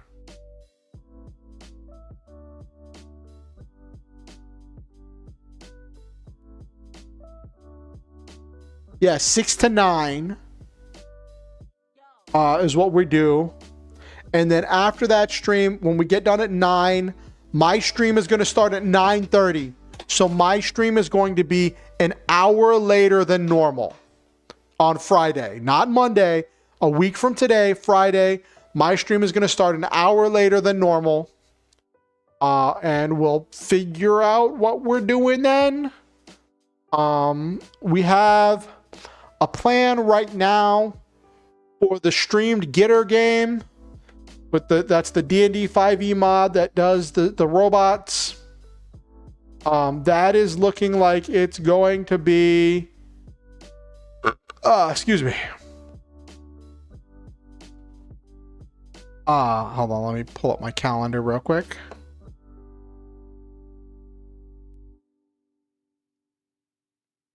That's going to be in like 3 weeks. And it's going to be on an off day. The one shot with the Getter stuff is going to be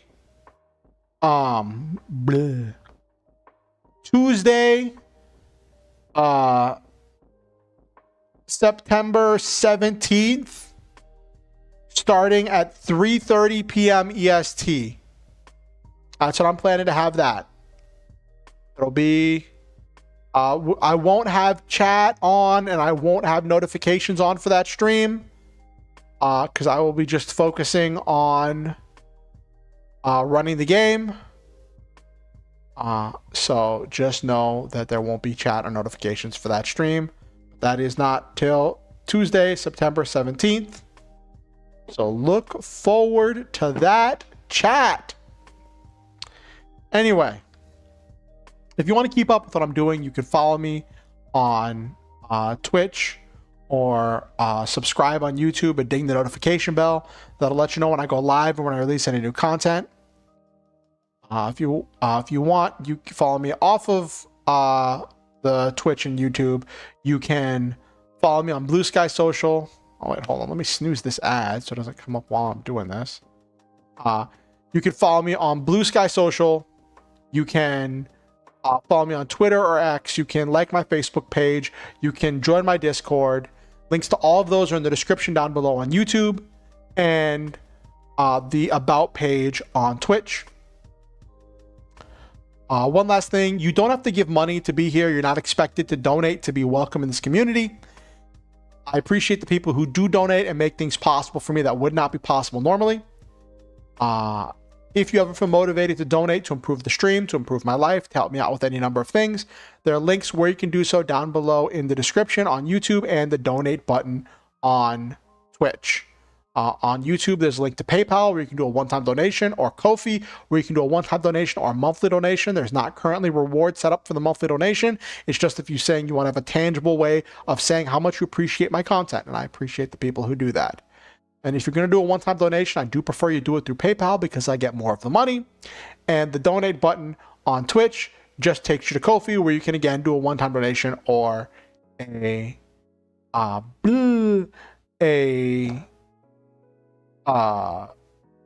monthly donation. Okay. Anyway, thank you all for coming. Thank you all for being amazing. Let's go. Where's the button I'm looking for? There's the button I'm looking for. No, that's not the button I'm looking for. There's the button I'm looking for.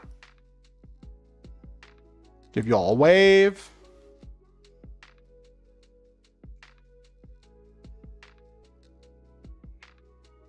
Thumbs up.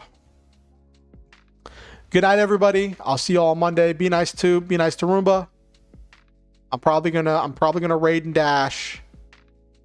But it was great having all of you here tonight. Have a good one.